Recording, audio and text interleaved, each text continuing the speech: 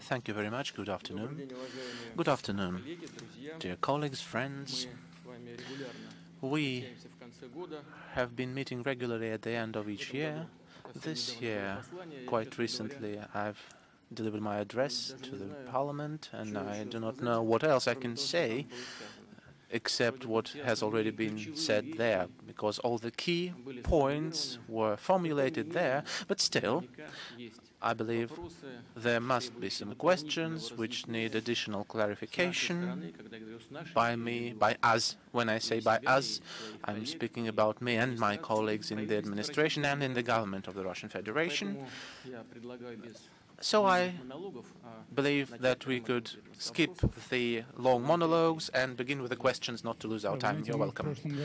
You know, last year there was a good tradition to begin with the question of one of the most experienced participants of the Kremlin pool, Mr. Terekhov, but we have another experienced person here, Alexander Gamov from Komsomolskaya Pravda, and I'd like to give him the opportunity to ask the first question. You have the floor. Thank you very much. First of all, to you, Mr. President, for the 11th press conference in this format.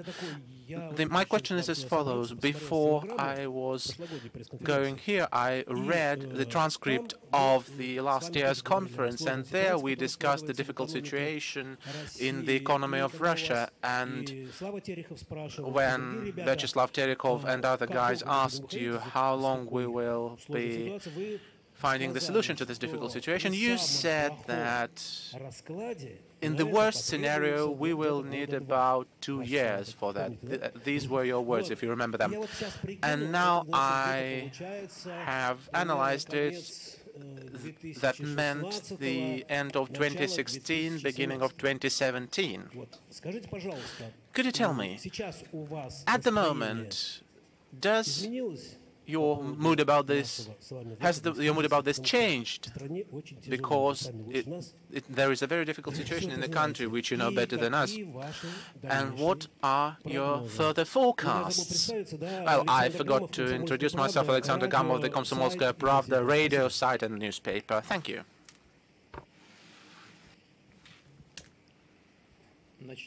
Well, let us begin by me telling you an old joke. Two friends meet each other and one asks, "How are you?" The other says, "The strip's white and black, and now which the strip is there? Black." Half a year later they meet again. "How are you?" The black strip again. "But then you had the black one." "No, it turned out that then it was the white strip, now it is black." And that's the similar situation now.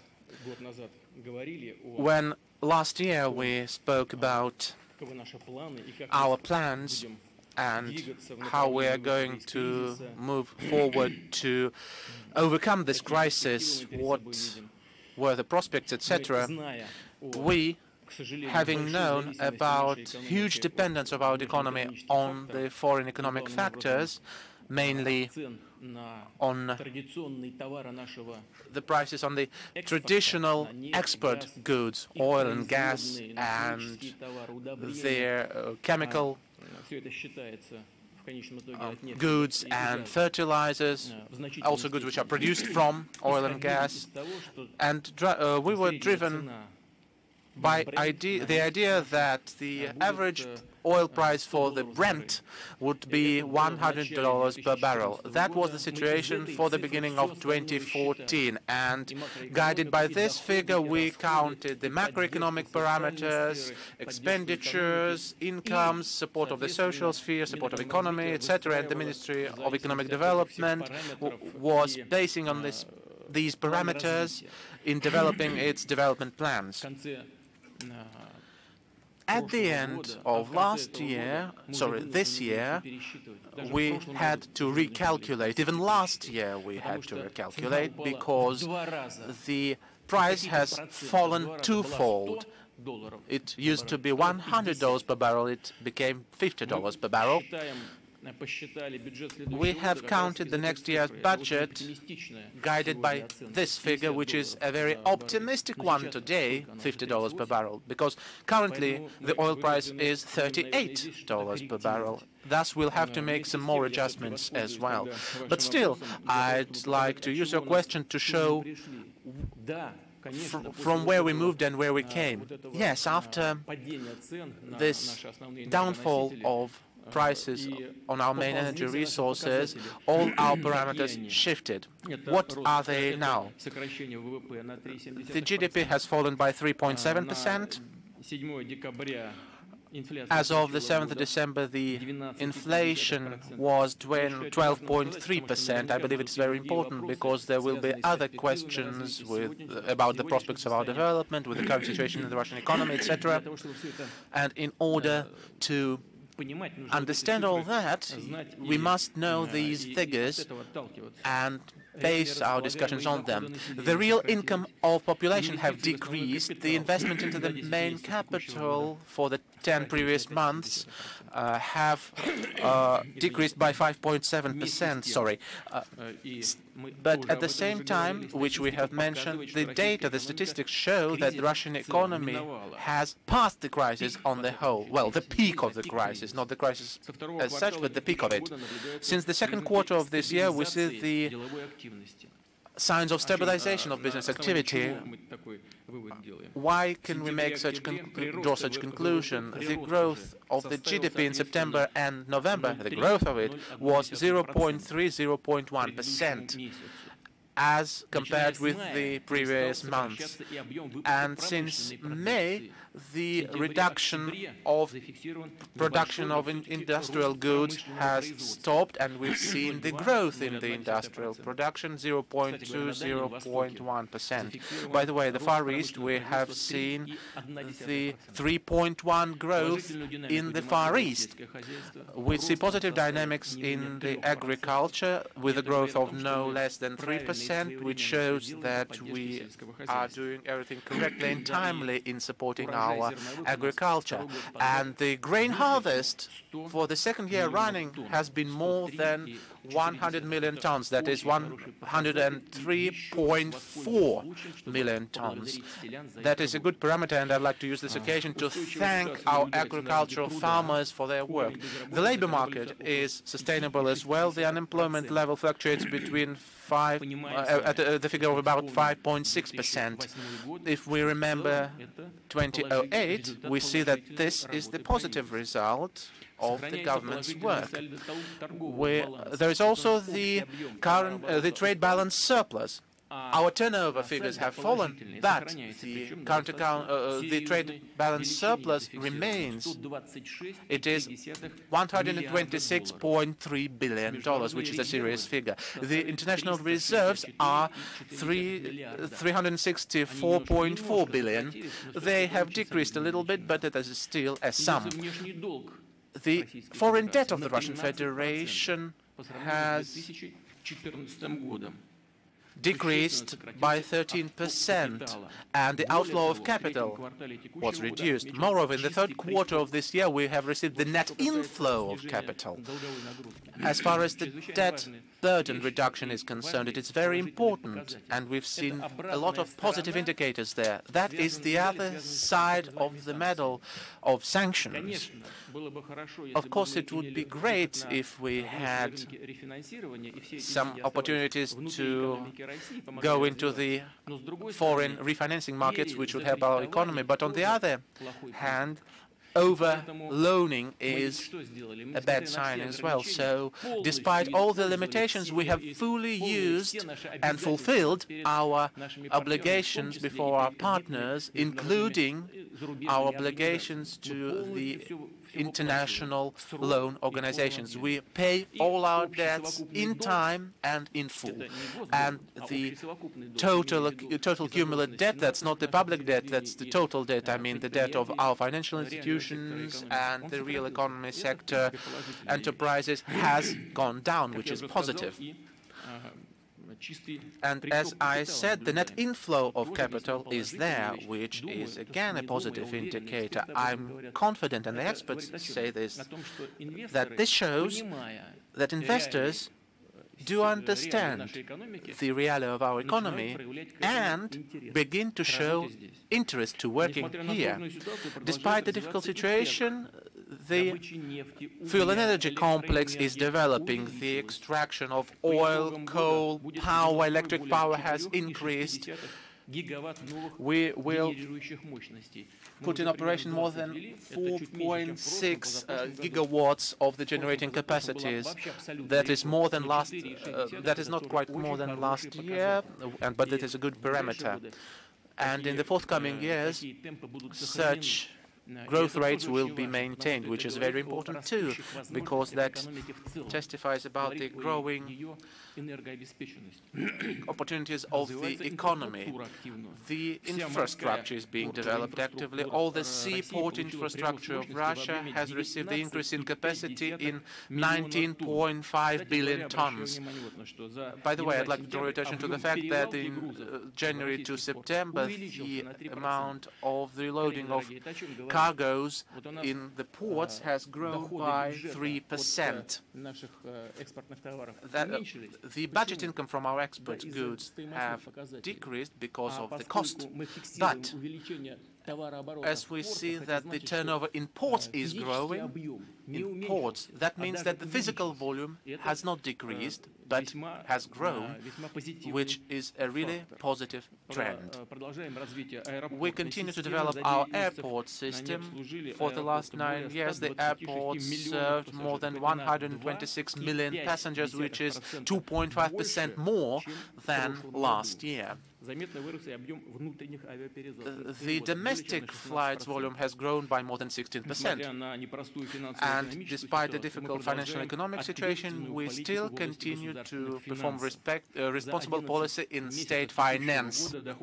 Over the last 11 months, the federal budget revenue is 12.3 trillion rubles, and the deficit of the budget is 957 billion rubles. At the end year, the deficit is going to amount to 2.8% of the GDP, which is quite a good indicator for the current situation in the economy. In order to ensure that the federal budget is balanced, this year we've resorted to the funds from the Federal Reserve Fund. At the same time, and that is very important, the sovereign funds as of now are at a satisfactory level. 11.8% of the GDP. The reserve fund is 3,931 billion rubles. That is 5.3% of the GDP. And the national welfare fund is 4,777 billion rubles. That is 6.5% of the GDP. We performed all our social obligations this year, and we are witnessing a natural increase in the Russian population. That is a very good indicator that speaks of the mood of the people. They are able to plan their future, the development of their families, and I'm very gladdened by this fact. For the overall duration of the maternity capital program, 6.5 million Russian families have received this maternity capital. As you're aware, we've prolonged the maternity capital program. Let me remind you that in 2016, the maternity capital is going to stay at the 2015 level, that is 453,000 rubles. Most regions have managed to address the issues of preschool education availability around 97%. The life expectancy this year is going to be more than 71 years, according to the data of the Russian Statistics Service. We also have performed our obligations with regards to adjusting the pensions based on the real inflation. Insurance pensions have been increased by 11.5% since April the 1st. Social pensions have been increased by 10.9%. 5%. And you started your question by asking me about what was happening last year, what we're expecting in the near future and in 2016. Well, based on our exports and the terms of its price, the government is seeking to achieve 0.7% growth in 2016. The growth in 2017 is going to be 1.9 and 2.4% in 2018. Let me draw your attention to the following facts. All this is calculated, assuming that the oil price is at $50, but the volatility is very high, the prices are lower. We're not going to be hasty about recalculating, recomputing, about making adjustments to the budget, because it might entail less financing for social security system. But certainly the government is preparing scenarios for all kinds of developments. This is a tool which is at the disposal of the government. The government has to be prepared for any scenario. But certainly we have some potential for GDP growth, and that is not just confined to our exports.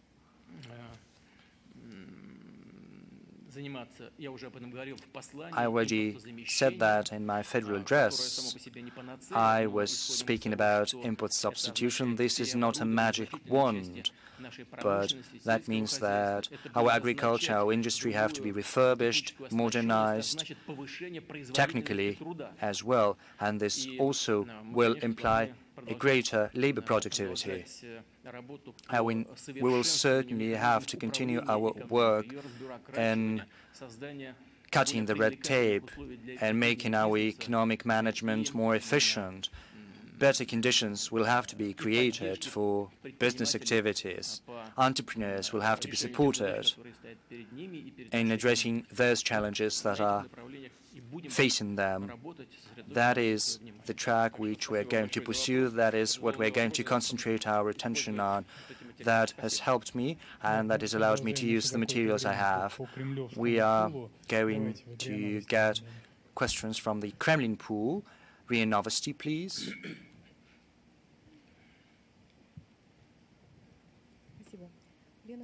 Thank you. Yelena Glushikova, RIA Novosti. Mr. President, you said that the peak of the crisis is behind us, and yet the economic situation is very preoccupying. Mr. Kudrin and other allies of yours are calling for reforms, but Kudrin is an optimist.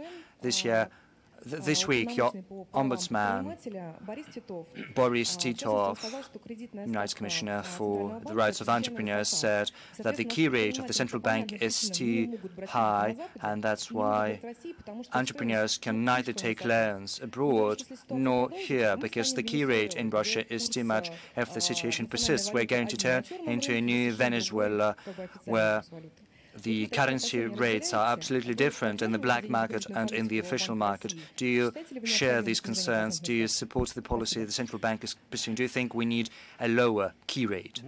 Thank you. Thank you. A round of applause for your question. Yes, yes, please.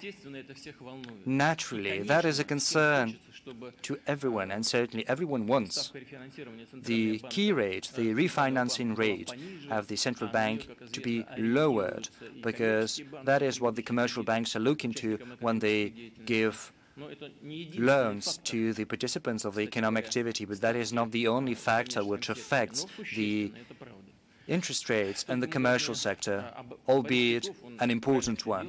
Boris Titov is doing the right thing. Yes, he is advocating the interests of the business community, and that is very important that we should have such an institution, such people.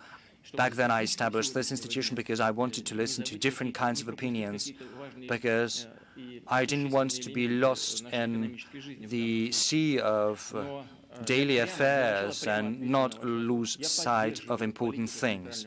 In response to your question, I support the policy of the central bank and the government with regard to ensuring the macroeconomic stability. That's the first thing I wanted to say. Secondly, However much we want to lower the key rate, this cannot be done via administrative means. Our decision has to be based on the realities of our economy, on its structure. I often hear it that abroad key rates are less, they're lower. Yes, certainly they are doing that on purpose, but they have different problems. The structure of their economies is absolutely different. They are afraid of deflation, whereas we are trying to curb inflation. They produce goods and they cannot sell it, and we have absolutely different problem. In order to bring the key rate down, we do not have to reprimand the central bank. That's what they used to do in the USSR. We have to help the government and the central bank to curb inflation and to bring down inflationary risks and expectations. Should we succeed, then naturally, via natural means, based on the market factors, the refinancing rate of the central bank is going to go down.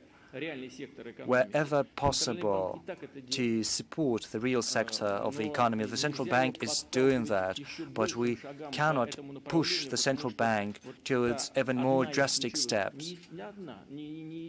There are different factors. There are different problems. But if we are too eager, then we might jeopardize the priority the central bank is pursuing. The central bank has to ensure the viability of the banking sector, the financial system of the country. That is what the central bank is doing. The central bank is working together with the government, for example, pursuing the so-called project financing programs. In other words, there are certain projects worth tens of billions of dollars, 250 or even 500 billions, and banks provide loans to our commercial institutions. And later, these banks fund concrete projects. It is also related to investment projects. The central bank is also participating in those. So the central bank has a toolkit, a whole gamut of tools, and I believe, as of now, they are sufficient. Thank you. Let's go on. TASS, please. The TASS agency. The TASS agency, Veronika Romanenkova. Could you be frank, Mr. President? Are you satisfied with how the government is performing? How adequate are the actions that the government is taking in the crisis situation that you've spoken about? Are we to expect any reshuffling in the government? No, you know, over quite some time, you, I believe, have had a chance to see that I'm very cautious. I care for people and about people. That's the first thing. And secondly, I believe that all those reshufflings, adjustments, very often, not always, but often, might be negative because all those reshufflings are just hampering our work. And if there is anyone who is failing in their job, I'm partly responsible for that. I'm to a certain extent to be blamed for that. So there is no serious reshuffling to be expected. Indeed, together with the government, we're thinking on how the structure can be improved, how the government work can be made more efficient with regard to the most important economic sectors, social sectors. We have some plans, nothing dramatic, nothing related to individuals. It is all because we wish to improve the work of this most important tool of management. On the whole, I believe they are performing satisfactorily. Certainly, they can and should work better. Just have a look. At the end of the last year, an anti-crisis plan was drafted. It started to be implemented. I don't remember how it was named. The analysis of everything that has been done says that 35%, more than one-third of the measures enshrined in that document failed to be implemented. And that says to us that ministries, different government agencies have not been doing enough yet to swiftly respond to the challenges that are before us, and at a high level to boot. But strategically, the government is moving in the right direction and doing quite efficiently. Anton, oh yes, I'm sorry. Let's give the floor to the Tatars. They have a great placard. We cannot do without Tatars. Thank you. My name is Yelena Kaligapita. I'm from the business newspaper of Tatarstan. The people of Tatarstan will not forgive me if I do not ask you the following questions. In your federal address, you emphasized that we cannot say that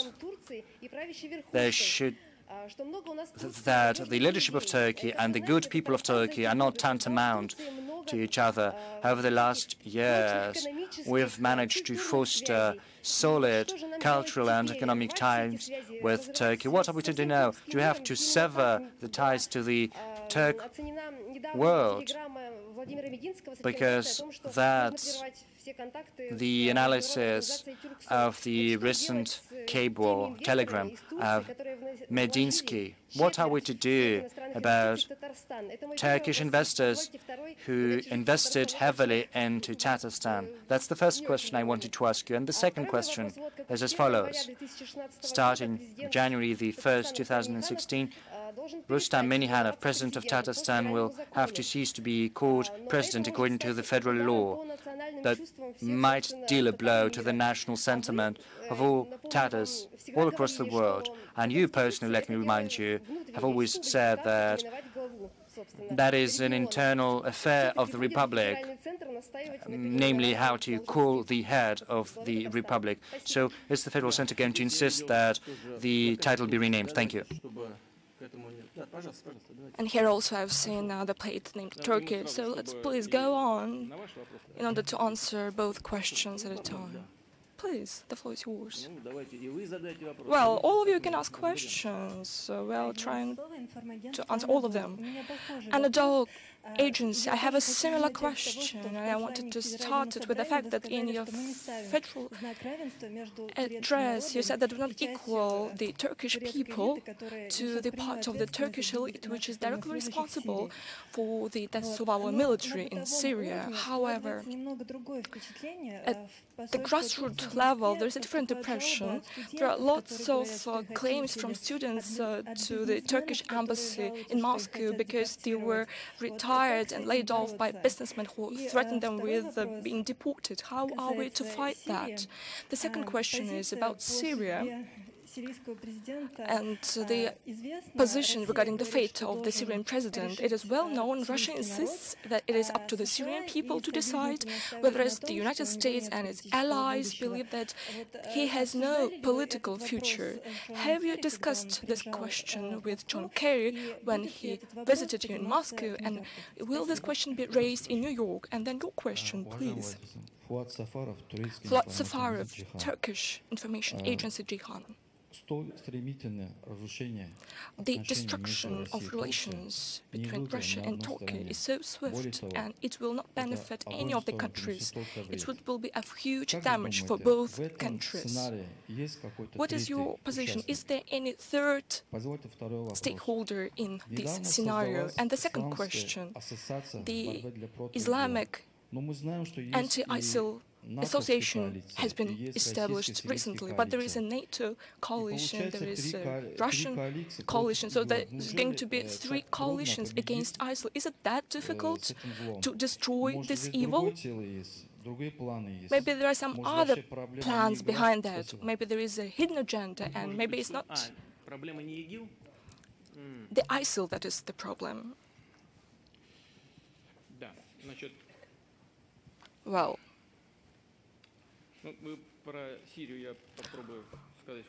Well, the answer to the Syrian issue would be the latest one. Let me start with the conflict that has emerged. Well, we believe that the actions of the Turkish authorities against our aircraft that was downed, this is a hostile act rather than a friendly one. Our military aircraft was downed. People were killed. What was particularly outrageous is that had it been an accident, as we later heard from the Turkish authorities, because for them, they keep saying they didn't know that it was the Russian aircraft. So what would you do in these circumstances? People died. Immediately, people should contact these people and present their apologies. Instead of that, they went to the NATO, insisting that they're being bullied. They started covering itself up by NATO. And then it turned out that NATO had nothing to do with that as well. But the most important I want you to understand, I want everyone to hear that in Turkey, in Russia, everywhere. In addition to the fact that actually a tragedy occurred and people were killed, the thing that outraged us most is that we did not renounce cooperation. When I was in Antalya, I mentioned this issue, and the Turkish colleagues raised a very sensitive issue, asked for support. I'm not going to go into details right now, because that's not how I do actual business. But please, trust me, very sensitive issues, sensitive for Turkey, were raised, which are not fitting the frames of the international law. I'm referring to the decisions that were offered for Turkey. And we said, yes, we understand everything and we are ready to help you. So, regarding so-called Turkomans, I haven't heard of them. Well, I know that there are Turkmens in Turkmenistan. No one told us anything about that. But at the same time, we showed them that we were ready to cooperate on a very sensitive issues for Turkey. Wasn't it that hard to use existing cooperation channels, use military channels that were established, saying that, yes, we mentioned some parts of the border which we haven't discussed before, but there are some other parts that shouldn't be hit by us. No one told us anything. No one warned us in ahead, bearing in mind that we expressed our readiness to cooperate with Turkey on the most sensitive issues. And what was the result? Do they really think that we would shun away from there? Well, Russia is not a country like that. We increased our presence there. We amassed our combat aviation there. There were no air defense systems, actually, from Russia. But right now we have deployed S-400 systems there. We are putting in a combat position the air defense systems of Syria. We deployed Buk systems there. If Turkey was violating airspace of Syria on a regular basis, now I don't think they would be able to do that. But maybe they might try. Well, then you ask, maybe there is the third party involved in this. Well, I got it, what you're hinting at, but we are not aware of that. If someone in the Turkish government decided to kowtow to the Americans, I don't know whether they were right to do that. I don't know whether Americans might actually need that. One could imagine that at some level there were agreements reached that they were going to down the Russian aircraft and then they will turn a blind eye and Turkey would get into the territory of Iraq and occupy some parts of its territories. I don't know, maybe there was such a bargaining tool discussed. I don't know, but they put everyone in a very difficult situation. Well, right now I'm trying to analyze everything that has happened and that is happening. I believe right now that the ISIL is a secondary thing. These are my own assessments. Well, back then, Iraq was invaded and destroyed. For good or for worse, it doesn't matter. But the vacuum emerged. Then elements popped up that had to do with trading in oil. And that situation was actually developing for years. The whole business was established there, smuggling, which is in huge scopes. And in order to protect these smuggling activities and illegal exports, one might need a military force. And it is very convenient to use the Islamic factor to bring gun fodder there under the Islamic slogans. But actually, those people are playing the game that has to do with protecting economic interests. So that's how actually ISIL emerged, as far as I think. Now, the supply routes have to be guaranteed. We started attacking oil convoys. And right now we see they're scared and they are moving in the night time using 10 or 15 trucks. Although most of the supplies is now going on through Iraq and through the Iraqi Kurdistan. I'm asking the defense minister to demonstrate everything with their evidence, although 11,000 oil trucks were tracked at one location. That is just horrible. So whether there is a third party involved in this process, I don't know. It might be. They might have not coordinated it with anyone, but right now the Turkish authorities are speaking about the Islamization of the country. I don't know whether it's good or bad, but I must admit that the Turkish current leadership decided to demonstrate to the Americans and to everyone that yes, indeed, we are Islamizing the country, but we are civilized, modern Islamists. Well, once Reagan spoke about Samosa, he's a thug, but he's ours. Please bear that in mind. He's an Islamist, but he's ours. Maybe there is something like that behind that, but definitely nothing good have we gained from it. And if there were any goals on the Turkish side, they were not achieved. They deteriorated the situation even further. Now, about our Turkish-speaking peoples, naturally, we need to continue fostering ties with close to us ethnicities. Well, because Turkish-speaking peoples of Russia, they're actually part of Russia. And in this sense, the Turkish people, which I classified as a friendly people in my address, together with many other peoples, have always been our friends and partners, and will continue to be like that, and we should continue having contacts with them. The practice has shown that it's very difficult to come to an agreement with the current Turkish authorities. It is almost impossible. Even when we say that, yes, we agree to that, they're making stabs in our back, due to very actually unclear reasons. That is why I do not see any prospects to recover relations with the Turkish leadership at the highest level. Whereas you could continue cooperating at the humanitarian level, although, yes, indeed, there are lots of problems, and the Turkish leadership has achieved even more than it expected. We will have to introduce restrictions in the economic sphere and many other areas.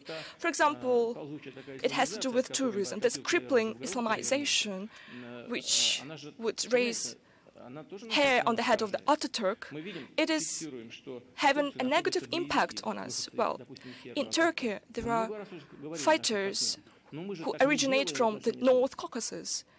And on many occasions we had mentioned, that's not how we actually treat our Turkish partners.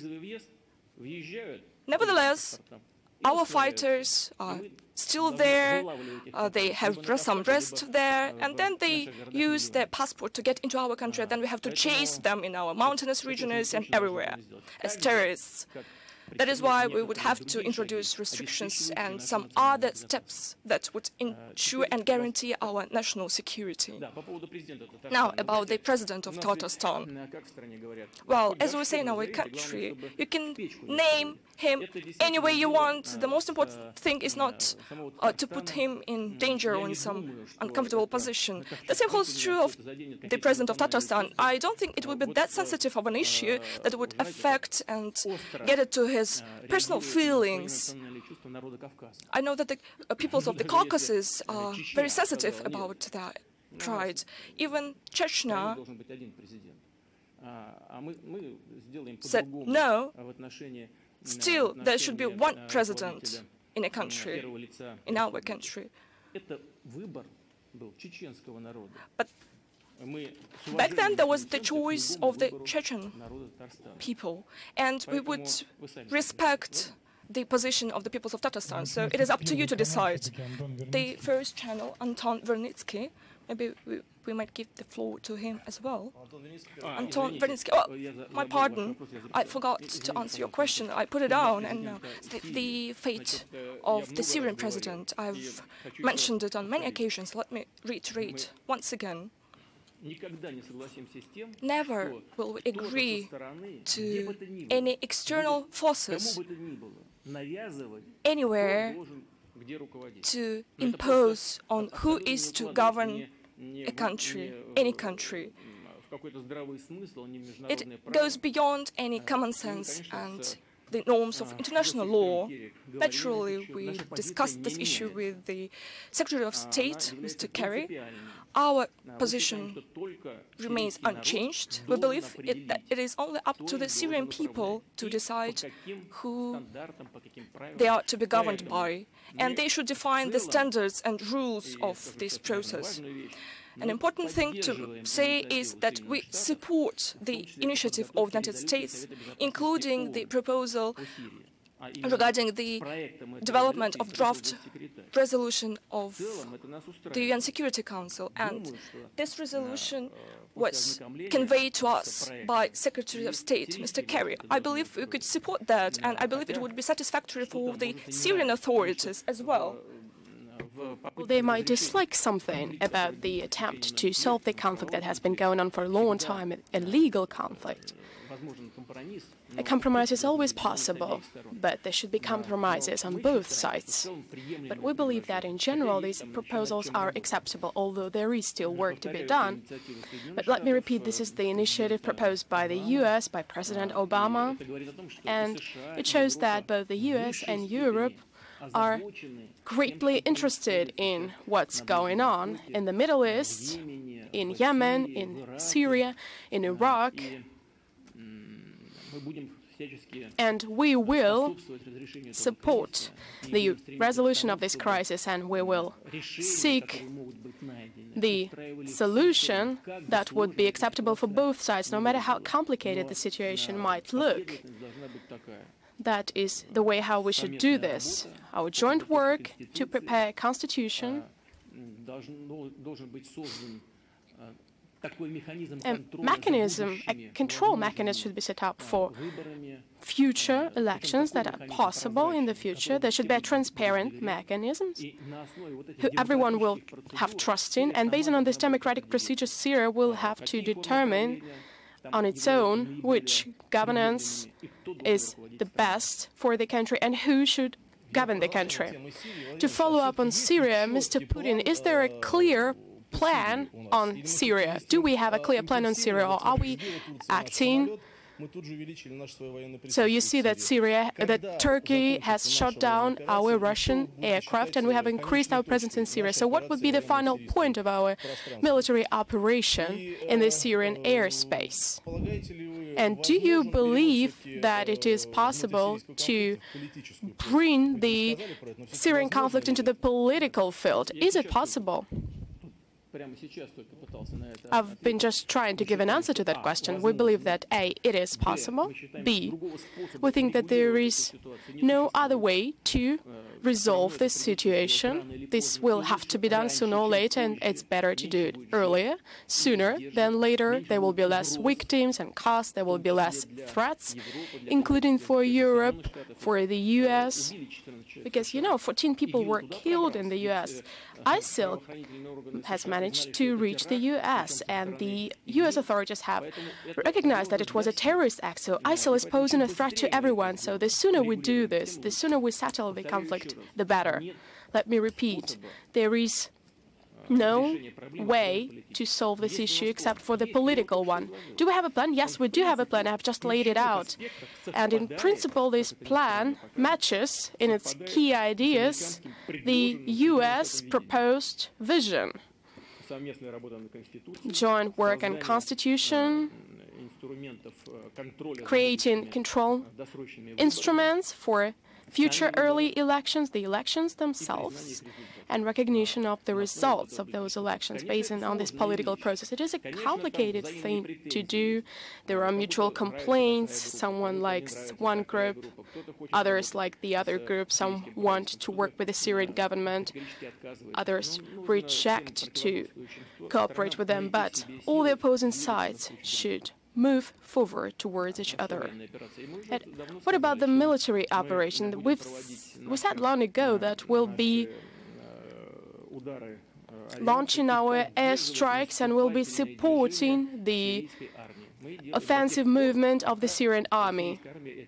And we'll be doing it as far as the Syrian army is carrying out these operations. And by the way, I've mentioned it publicly recently. It was François Hollande's idea to try to unite the efforts of the Syrian army and at least of the part of the armed opposition to fight ISIL. And we partially managed to do so. We've managed to find some context with people who are the so-called opposition, the intolerable opposition, armed opposition in Syria, who want to fight ISIL and who are doing this in practice. We support their efforts aimed at fighting ISIL with the airstrikes of the Russian aviation, as we do so when supporting the Syrian army. And when we see that this process of approximation has started, and when we see that the Syrian army, that the Syrian leadership believes that the time has come to stop shooting and to start negotiating, from this moment on, we are not going to be more Syrians than the Syrians themselves. The sooner, the better. Mr. Brylov, would you like to add something? Would you like to follow up on the question? Thank you. Yes, I would like to add to what's been said by my colleagues from Turkey and by Anton. Mr. Putin first. Is it over? Is the game over with Turks? Is there anything that Erdogan could do to change the situation? The second is being more Syrian than a Syrian is a necessary thing, but involvement of the Russian contingent in the attacks, maybe this base in Latakia should stay there. I don't want to answer instead of other people, instead of other heads of state. If they believe that it is possible and necessary to do something, let them do it. But we do not see any need in doing this. This is the first thing. The second thing about the base, the military base. We have different approaches. Some think in Europe, in the US, we've heard this many times, that your interest will be accounted for. If you want your military base will stay there. I don't know. I'm not sure whether we do need a base there. What is a base, after all? It is infrastructure. Money should be invested into this infrastructure. What is the case now? We do have aviation there. We have modules, temporary modules for recreation, for food. We can actually pick all these things up and leave in 2 days, but a base is a totally different story. Some people think even in Russia that we do need a base, but I'm not so sure about this. And why is that? I've been talking to my EU colleagues, they told me, yes, we know. Probably you do have some such ideas. Why? What for? To keep everything under control? Why do we need to keep everything under control there? It's an important question. We've demonstrated that we did not used to have medium-range missiles. We've eliminated almost all of them. We only used to have them on the ground. The Americans have also destroyed what they had on the ground, the Pershings, but Tomahawks on the sea and on aviation carriers are still there, but we do not have them, but now we do. 1,500 kilometers, the first one, and the second is for airplanes. 4,500. Why do we need a base there after all? If we need to reach someone, we will reach them.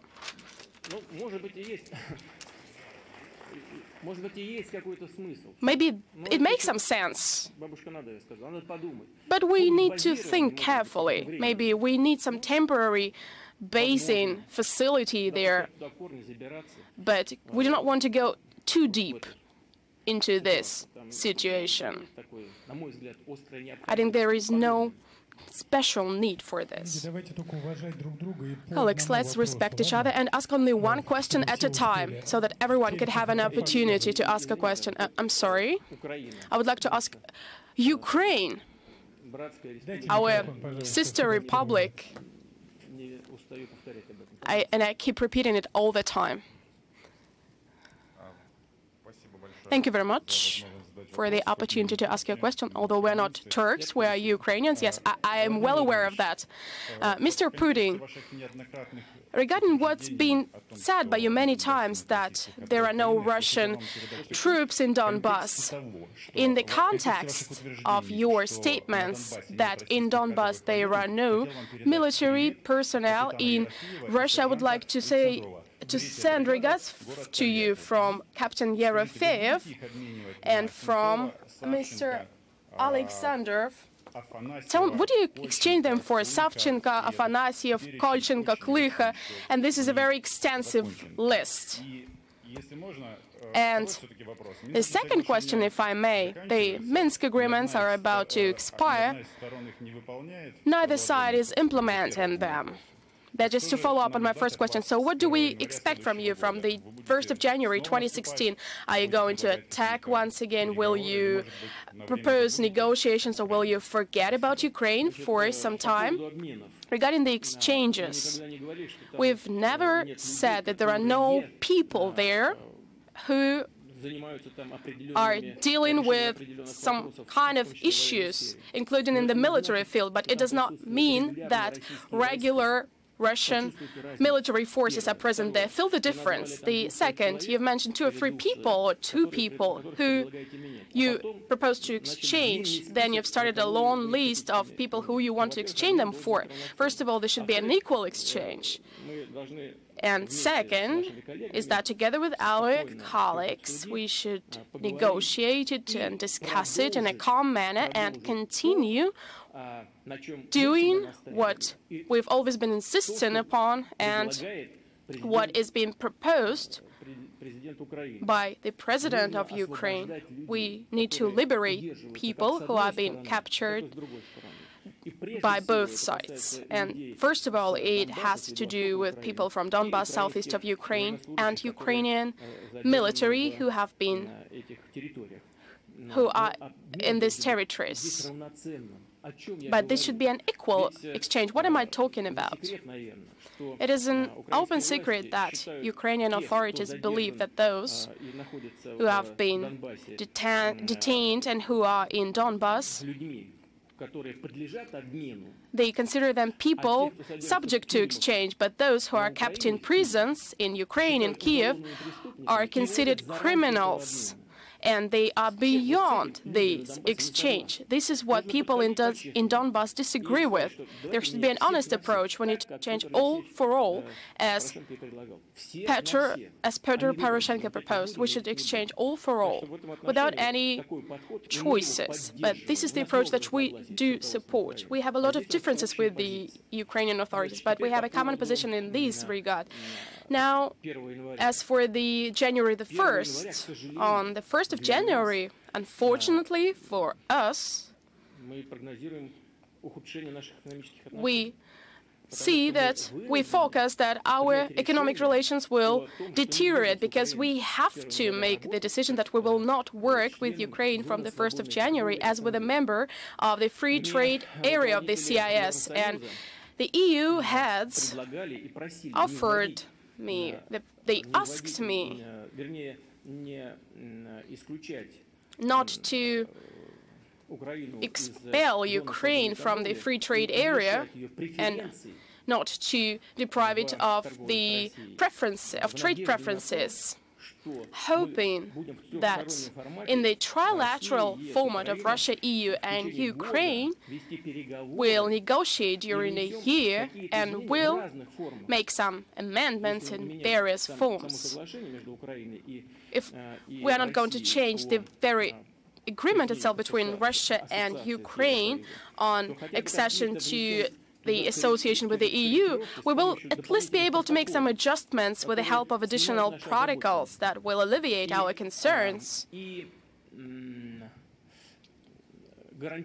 and will provide for our economic interests. Until July, we've asked them on multiple occasions to meet with us in a trilateral form, and the first contacts began in July only. Yes, I see you, lady. I will give the floor to you.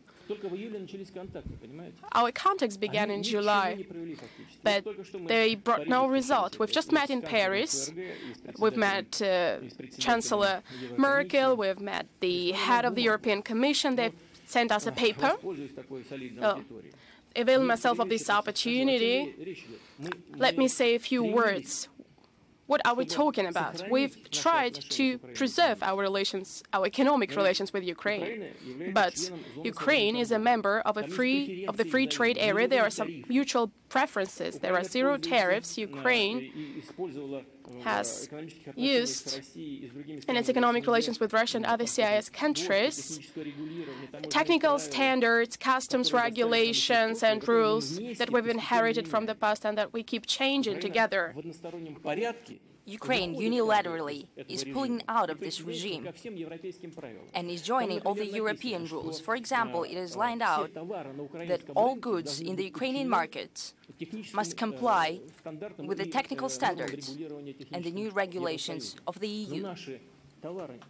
But our goods are not yet in compliance with these regulations. You should understand this. So you're throwing away our goods from your market? It was written down. Ukraine has the right for some time to leave all goods on its market. So it is not obliged, but it has the right. Will the Ukraine do that or not? It is not clear. So for that, maybe some commission will be created, and it can also not be created. So what do they demand from us? So they want us to leave all the preferential treatment agreements. That's not the way it is done. It doesn't take a rocket scientist to say that. Russia must bring the goods and customs standards in compliance with the EU rules and the CIS rules as well. Are we talking grown-up business here? Russia, Ukraine, and Kazakhstan used to argue about these custom rules for a long time, and now you want us to join the EU after the Ukraine has joined the EU agreement. Now we have to change our rules as well. That is not fair. It is impossible to do in 1 year. And now they say that we must make a transition to phytosanitary norms of the EU. So Ukraine is ready to do that, but we were not negotiated with, and it is clearly written down that Russia must take such obligations on. Maybe we are for that, but it takes time, and it takes investments as well. We're talking about tens, hundreds, millions of dollars, and we need time. Well, in Paris, I was told that our standards are better. Maybe you should transition to those standards. Yes, that is true. And we want to do that. But we need money. We need investment. And now we have problems with access to foreign markets. You know that it is impossible. Why are you writing this? We did not read what is written yet, that's what they say. So you didn't read it, but you sent it as an official paper to us, so we have to agree with it? Now, as for what are we going to do, we're not going to introduce any sanctions against Ukraine. I want this to be heard. We're moving on to the most preferential nation treatment in trade. So Ukraine will not be in any worse condition as our other trade partners. However, Ukraine will not be subject with any preferences since the 1st of January 2016. What does it mean in reality? Now there is a zero tariff in our bilateral trade. Now the medium tariff will be around 6%, maybe 3, maybe 8, it depends on the sphere. We used to fight against this. We tried to prevent it. However, we were not heard, and it was very unilateral. And just as I explained it, that was the manner. We'll continue to work using the conditions which are happening right now. As for the rest of your question, we're not interested in the deterioration of the conflict. Vice versa, we want this conflict to be settled as soon as possible. However, without the physical elimination of people in the east, in the southeast of the Ukraine. By the way, take a look at the municipal elections results and take a look at the results in the southeast. I think in the 9 or 10 regions, the oppositional bloc took the first place. And in Donbass and Lugansk, regions controlled by the Ukrainian government, 43% used to vote for the opposition bloc. So Kiev doesn't want to see that. They don't want to consider the atmosphere and the expectations of their own people. We really expect to have an open, honest dialogue. As for the Minsk agreements, we heard it multiple times. Russia must implement the Minsk agreements. Well, we want it, but take a look what is written down there. First, make amendments to the constitution in agreement with Donbass. On a permanent basis. Were they introduced? There is a transitional agreement. So what is written down there? A law about a special status of administration. Is it on a permanent basis? I ask them, yes, it is introduced on a permanent basis. So do you know that this law is accepted only for 3 years? And 1 year is already gone by? Yes. And Poroshenko says, yes, only 3 years. That is, I'm almost quoting here. And everyone says, yes, they need to do that on a permanent basis. Well, the actions must follow. Now, the special status law, was it adopted? Yes. In 30 days, to adopt the Rada regulation. Was it adopted? Yes.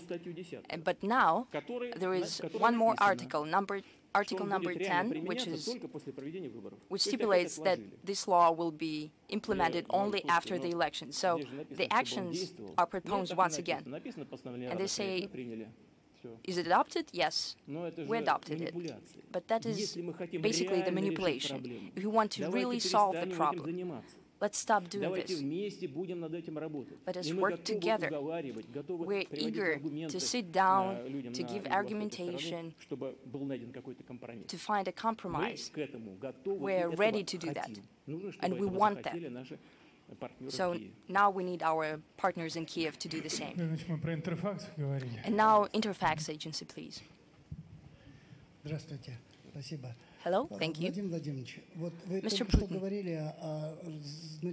you just said about the expansion of the military presence in Syria. Well, you're talking about Syria against... No, it's a question about Russia. Right now we have sanctions, the oil price is going down. We're dealing not only with sanctions, but with crisis as well. Will Russia have enough resources to deal with all that?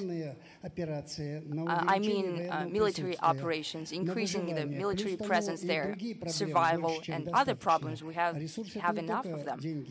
And here I mean not only financial and military resources. It is easy to start a war, but it's hard to stop it. That's a famous quote. First thing, we did not start a war. We're conducting separate operations using our air space forces, using ballistic missiles and reconnaissance that does not create a very serious burden for our budget. Part of the finances which were planned for training courses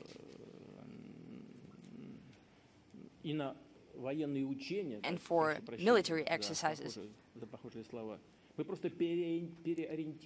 So these funds were reallocated for our airstrikes in Syria. We had to add some, but it does not create a very serious burden for the budget. You should understand, we have large-scale military exercises in Center and in the East 2015. Thousands of people were involved in those exercises. Thousands were relocated, hundreds of UVAs, and part of those funds are reallocated to the Syrian operations. That is probably the best exercise imaginable. That is why we can keep exercising there without any serious detriment to our budget. As for other parts, the question is much more topical here. I mean, solving economic issues which we have. We do what we need to do, and we know what we need to do. We're talking about that publicly. If we go back to the economics, of course, I have already mentioned that we need to do import substitution, and not only the substitution per se, we need to refurbish our economics to increase labor efficiency, to improve business climate, to get more money for the people. That will also drive the economy further. We have a whole complex of measures announced by the government, and we'll do that. Let us get some questions from the regions. I heard that we have a Tula region here. Please use the mic. Anastasia Zhukova, Tula News. My question is the following. In 2014, there was a tragedy in Tula. 2 newborns got burned in the baby house, and they had some very severe burns of 80% of his body. People all around Russia are worried about Matvey, and they worry that that small boy, Matvey, will be adopted just formally, and most of the people are very worried about this little boy, and they want him to have a loving family. Mr. President, could you please put under your personal purview the treatment of the boy and his adoption? What do you think is necessary for this incident not to never to repeat? That is an outrageous incident. It is impossible to talk about that with tears in your eyes. That was a terrible tragedy. I don't want to talk about it, actually. It is terrible. It's not about our health service on the whole. However much money you receive, there will always be people who are completely irresponsible in doing their duties. So I guess we need to talk about the staffing policy and the responsibility of the medical staff. As for adoption and treatment, I know that the whole country is following up on this story. I actually keep it under my purview. And I know that a few people, not just one, expressed their wish. They're actually competing for the right to adopt this little boy. I would like to thank them and wish them luck. I hope that this problem will be solved as soon as possible. Madam, I promise that I'll ask you the question. Please, you have the floor. Thank you for keeping your promise. My name is Yekaterina Vinokurova. Point.com News. 2015 is coming to an end, and you're already at the helm for many years, and it seems that we have a whole system in place. What we see now, and we see it very clearly, right now we have a very dangerous second generation of elites. For example, Rodenberg was given all truckers of the country, and now we have not-safe situation for a journalist. We see young people doing some very murky business, and they don't care. We see impunity all around. The children of the oligarchs who will not save the country. These are not elite people. For example, I as a journalist can do some investigations, for example, as in case of Prosecutor General Chaika. What we see is some lies about State Department of the U.S. or other things happen, for example, to the Dozht radio station, which take part in this. Instead of talking to journalists, other things are done. The question is the following. In 2000, you came to power. Did you expect this to happen? Maybe you should change something. Maybe it is not yet too late. Thank you. As for taking stock on the results, if we want to be objective, we would like to say that the outcomes are not just these. The outcome is the increase in the income of the people, and GDP has grown almost twofold. These are the outcomes. Improving the military capacity of the country, that is the outcome. Fighting terrorism, which we still continue to fight. However, the backbone of the terrorism is already broken. These things that you have mentioned, they are possible almost everywhere. As far as the reaction of the press and society is concerned on the work of the and activities of the children of the highest officials in different areas, well, the young Rothenberg you've been speaking about, his father works nowhere. He's not an official, I mean. He doesn't work in the government, as far as I know. As far as Yuri Chaika is concerned,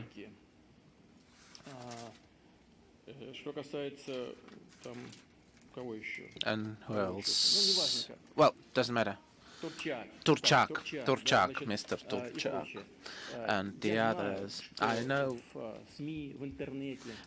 that in mass media and in the internet there's information that, for example, Turchak is involved in the beating of journalists.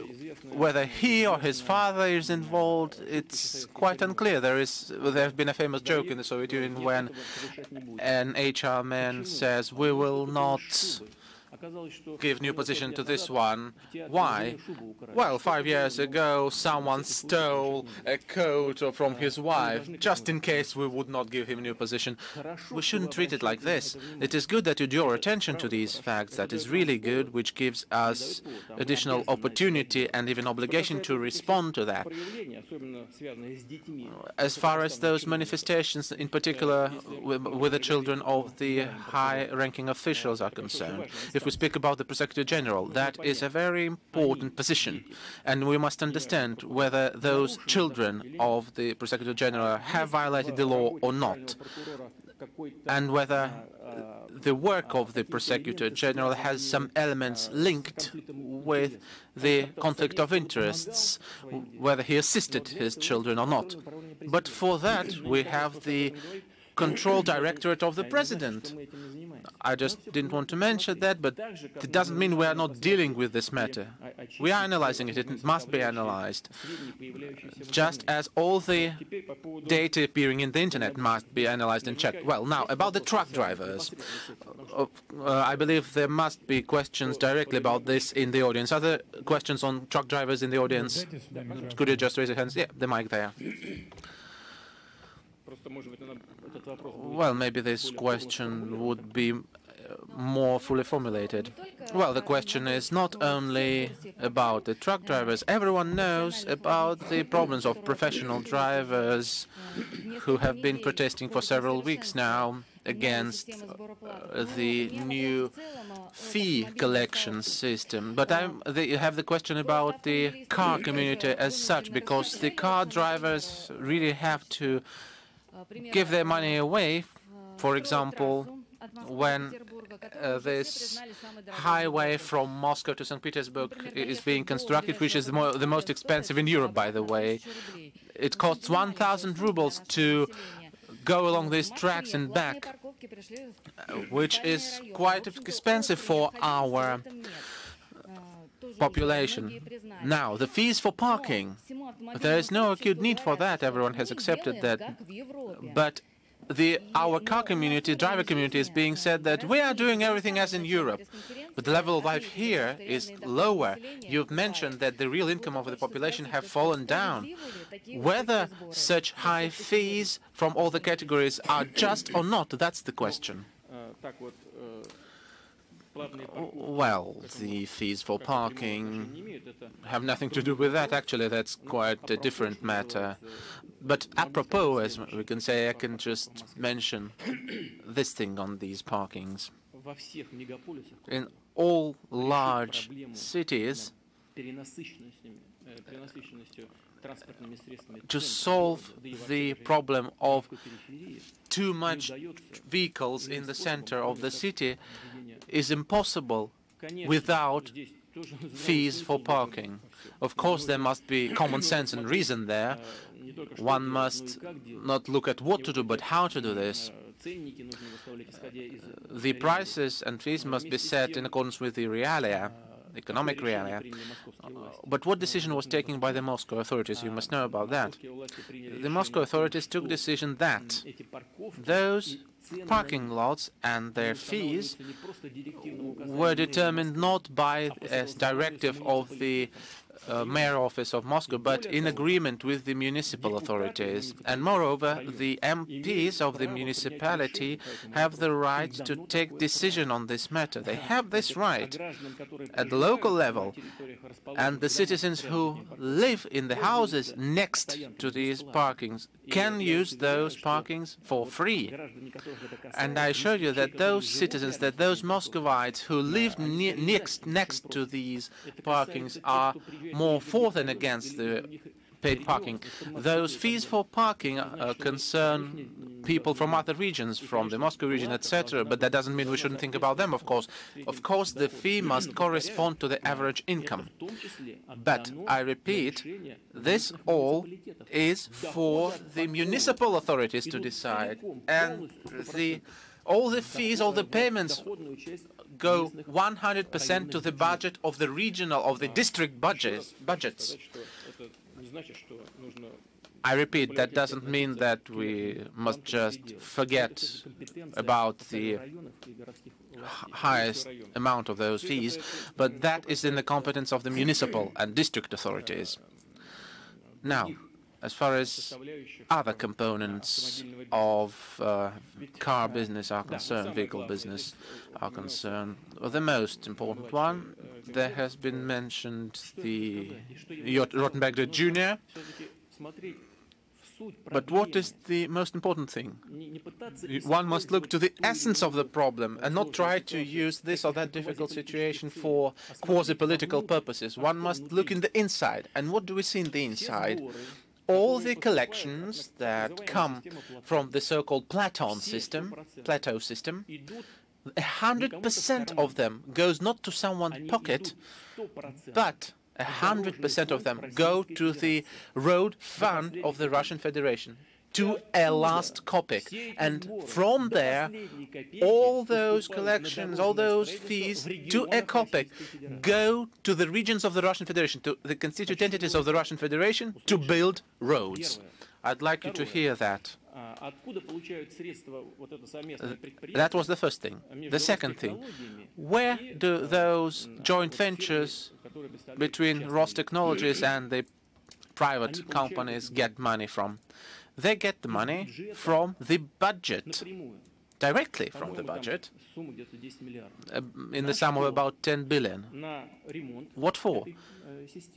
To repair the road system, to repair the system, to make it work, to develop it. But what it means that they get money from the budget? It means that everything can be checked and controlled, including by society and by the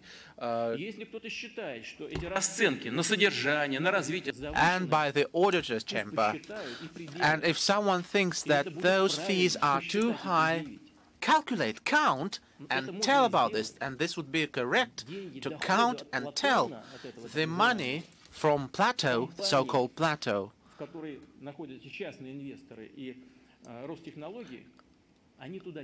Do not go to the company, to this joint venture, which is Rostechnology and the private investors are in. Where does this idea come from? It's come from the government some time ago for two reasons. First,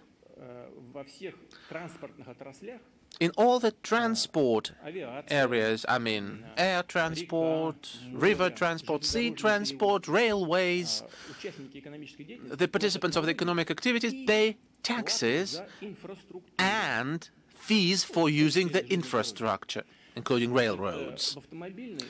In the car industry, they pay taxes and just a small bit for the infrastructure through the excise, the fuel excise, the petrol excise. That's just a part of payment. But other types of transport pay for the infrastructure in full.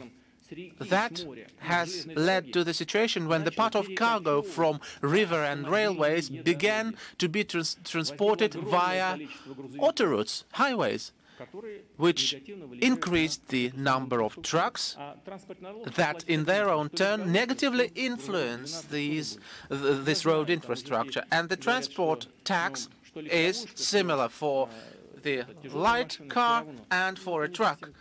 Well, I know that the drivers say that the light truck is still heavy, etc., but I quite know that the acceleration and braking of the trucks of more than 12, with a load of more than 12 tons, destroys the road more than just simple cars. But the fee is similar for them, the same for them. So, in order to make all the areas of transport be equal in their situation, that was the proposal. That's the first thing. The second thing, in 2008 we have cancelled licensing of this type of activities in order to debureaucratize everything. It seemed to be good, but what has it led to? It has led to the fact that there have emerged a lot of people who just buy the trucks and use them. But that's the grey economy. It's grey. They are not even registered as individual entrepreneurs, those people. You know, I'm from a worker family myself, and I know that those guys do work, they drive, etc., but one must leave grey schemes, and I would really like to support those guys. For example, Ms. Panfilova came to me and told me that I met them, they're real workers. Yes, I feel sympathy for them, real sympathy, but we must go away from the grey schemes. I've been asked whether I'm actually satisfied with the work of the government. Well, in this regard, in this matter, something must be adjusted so that they could leave the grey schemes but not be overloaded with some fees and taxes. There's a simple way to do that. Give them the opportunity to buy a patent, a cheap patent, and there is a problem to that. the problem is that patents are given for 1 year and the transportation may be seasonal. But let the government think of how it can be done, and let it do that. Some time ago, when we discussed this with the government, the introduction of a similar system, it emerged that the fee per kilometer exists in many countries in the world. For example, in Belarus, they pay 7 times more per kilometer than in Russia. But it has always been said that when we come to the system, the transportation tax could be cancelled, and it hasn't been. By the way, that was on the insistence of the regional leaders, because this tax goes to the regional budgets. But I believe that must be done at least for bulk trucks, and I do hope that the government will do this since the beginning of at the beginning of the year, of next year. Second, I know there are concerns that you must buy some gadgets to pay these fees, which costs money. And here we must understand who should pay for what. For example, this tachograph, or what's it called, which counts how long a man drives. You must pay for that. All the world pays for that. It has to be done. Moreover, in order to ensure the security of the drivers of bulk trucks themselves and other traffic participants, because when a person overworks, when he drives for 20 hours in running, he creates danger for himself and for other traffic participants. And one must pay for that. I don't remember the sum exactly, but one must do that. There are 2 more gadgets. This plateau gadget must be given for free of charge to everyone. And there is a second system, Era GLONASS or SOS system, which gives the signal during the accident. It must be hidden so deeply that it would not be damaged during an accident. So the first and second part could be united in one box, but the third part, the third gadget, must be separated from them and be inside the truck as deep as possible. And it must be given free of charge as well. Someone says that maybe we should install that to the new trucks for free, and for those trucks that exist, we must tell the price for them. No, you mustn't, because there have been about 2 million those gadgets produced. That was the initiative of the Rostechnology, not of some private people. Why? They just proposed this technical solution, the Rostechnologies. They loaded their own enterprises. Thus they created jobs on their enterprises. That is their intellectual property.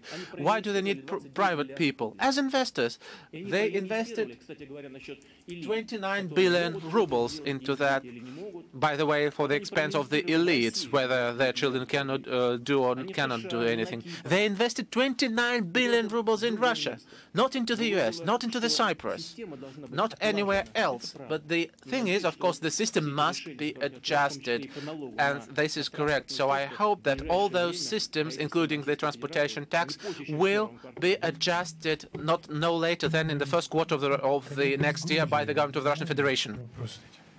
Mr. President, our colleague from Georgia, Tamara Gutseridze, Maestro TV company. Mr. President, my question is related to the prospects for the Russian-Georgian relations. It's been 3 years since Georgia saw a change in its leadership. There were expectations that a summit would take place. It is still not clear why the summit hasn't happened. There were expectations that Russia would simplify the visa regime with Georgia, if not abolish it altogether, but these expectations have been in vain. So what does Moscow expect from Tbilisi? What can we expect from Moscow? What can be done to elevate the relations between Russia and Georgia to a new level? What are your assessments? What are the prospects? As to what happened in 2008 and the subsequent deterioration of our relations, we've been talking about that repeatedly, but I think I would be remiss not to repeat it. We were not the ones who are to blame for this deterioration of the relations. It was President Saakashvili who took risky decisions. It is their historical blame. They're the ones to shoulder it completely. They were the ones who led to the deterioration of our relations. Right now, the same is done in Ukraine. As we can see, these people who are to blame for that are still working, and their style of work is still the same. But I think it's a spit in the face of the Ukrainian people. They not just put Ukraine under foreign yoke, but they also send politicians to Ukraine to govern them. Incidentally, I believe Saakashvili has been denied a working visit to the United States, so now he's ended up in Ukraine. So these third-party players are saying to Ukraine, we're simply not going to govern you, we are going to send people to you to govern you, we're going to find people who are going to control everything in your country, finance, economy, because you are not competent enough to do that. There are others who are more competent. As if out of 45 million people, there were no people competent enough to govern the economy and the finance. That's just a spit in the face of the Ukrainian people. Now, as to what is now happening in our relations with Georgia, we are willing to re-establish our relations with this country. It is up to the people of Georgia, South Ossetia and Abkhazia to address the outstanding issues. They have to work together, and we're going to accept whatever decision they make. And as of now, despite all the existing difficulties, we see signals from the current leadership of Georgia, and we take stock of these signals.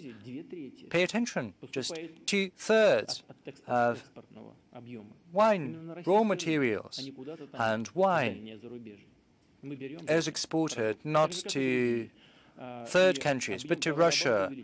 So our trade is growing. This year, amid the overall economic difficulties, trade has decreased a little bit, but on the whole, the growth rates are very high. Now, as to the visa regime, indeed, we are contemplating this possibility. We are ready to abolish the visa regime. Let's go on. TVC, please, yes, they're so patient, holding up their placard. Thank you. Yekaterina Voskrebentsova, TVC. Mr. President, can we get back to the problems of the Russian economy by autumn this year? It had become evident that the indebtedness of Russian regions was growing rapidly. Analysts, experts, economists are saying, and that is due to the budget imbalances in the constituent bodies. Up to 65% go to external debt payments. And they have no money left to address the acute economic challenges they're faced with. Is that the end of the question? Yes. Well, generally, the objective of the regional authorities is to perform their social responsibilities to the population. And what is the development of the economy? The economy is about putting in place the conditions that would favor such performance. Let us take such examples as the Republic of Tatarstan, the Kalaga region, other regions. They are creating conducive environments. And some places, governors simply give their mobile phones directly to investors, saying that they are available to sort out any problems that might arise. They're also trying to improve the tax environment. Right now, the federal legislation provides the regions with the necessary tools, 2-year tax exemptions, creating advanced development territories, other types of preferences which can be granted to businesses to attract them to this or that constituent entity of the Russian Federation. Certainly, as far as infrastructure is concerned, federal money is required. And indeed, there are certain problems related to heavy indebtedness of a number of regions, and the government is doing what it can. It is taking the necessary steps. We have allocated from the budget additional 160 billion rubles. The overall amount of money is 310 billion rubles. The aim of this money is to restructure the regional indebtedness, so those regions which took commercial loans at 12 to 11%, they can now transfer their indebtedness to budget loans at 0.1%. And we're planning to allocate another 310 billion rubles next year for the same purposes. But the most important thing is this: these loans the regions are taken have to be directed at addressing the priority issues, not issues relegated to the background. And what are the essential issues? To pour money into creating new jobs, pour money into creating conditions for the establishment of new industries, new technologies, new infrastructure. The money invested has to generate new income, which will allow the regions to repay their debts and attract additional money to their regional budgets. And this still requires some more work. Let's go on then. The public TV of Russia, please. Thank you. Tamara Shornikova, the public television of Russia. We asked our audience in the regions what they wanted to ask you. The most popular question is this: how can one live on a pension or on a salary without becoming a debtor as far as the utilities are concerned? So it's very important, it's very difficult how to know how to pay the utility bills and still get enough to live by. That is the difficulty many people in towns and settlements are facing right now. The average salary is 20,000-30,000, but people themselves say that their real salary is 7,000 to 8,000 rubles. Not all municipal authorities have the money to help people. Probably it's high time the government intervened. Probably there is a mechanism, or there need to be a mechanism so that the utility bill should not constitute too great a share of the salary of people. The issue that you've just raised is a key issue to millions of our citizens. I believe the audience of the public television not that great, but still sometimes I have a chance to look at your interesting programs. They're very interesting. They are instructive, substantive, very substantial to boot. And indeed, they live up to people's expectations. They are at least trying to give a response to the issues that are of concern to your audience. And one of those issues is the utility bills and the family expenditure, as well as the livelihood of pensioners. Let's start from there. You know that despite all the existing difficulties, despite the inflation last year, we have adjusted the pensions. by more than 11% and by more than 10% as far as social pensions go, even though that seemed nigh impossible. And yet we have managed to do it. Next year we are planning to adjust pensions by 4% for all categories, including the military pensioners. We are going to follow what is the economic developments in the country. So I do hope that we are at least going to address the issue of real inflation in 2016, but certainly we cannot simply ruin the budget, otherwise it's going to be worse for everyone. Now, as to the utilities, this year, the average utility bill turned out to be around 8.7%. The growth of the utility bills next year is scheduled to stand at the level of 4%. We assume that we are going to try to bring down the utility bills. This doesn't, however, have anything to do with waste and litter extraction and some other payments that has to be addressed at the municipal level. But the federal legislation stipulates the following: if utility bills constitutes more than 22% of the family revenue, then they are entitled to subsidies. And moreover, regions have the right to bring down this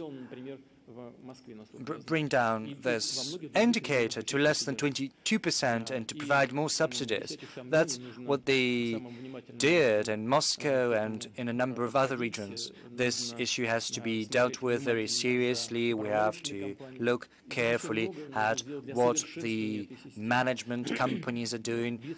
Much yet has to be done to improve this system even further. Certainly this is going to be the focus of attention both for the government of the Russian Federation and the regional authorities. We still have a long way to go to solve it, but I do hope that the system which has been proposed, whether it be implemented or not, is going to be successful.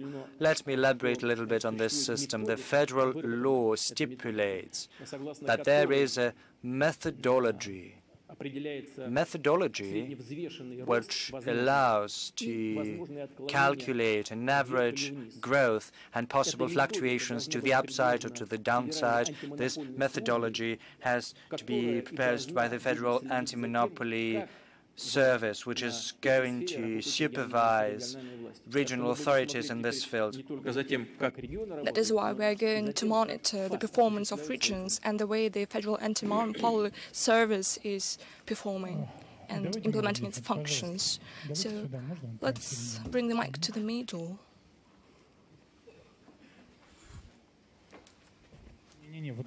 Over here, the first row.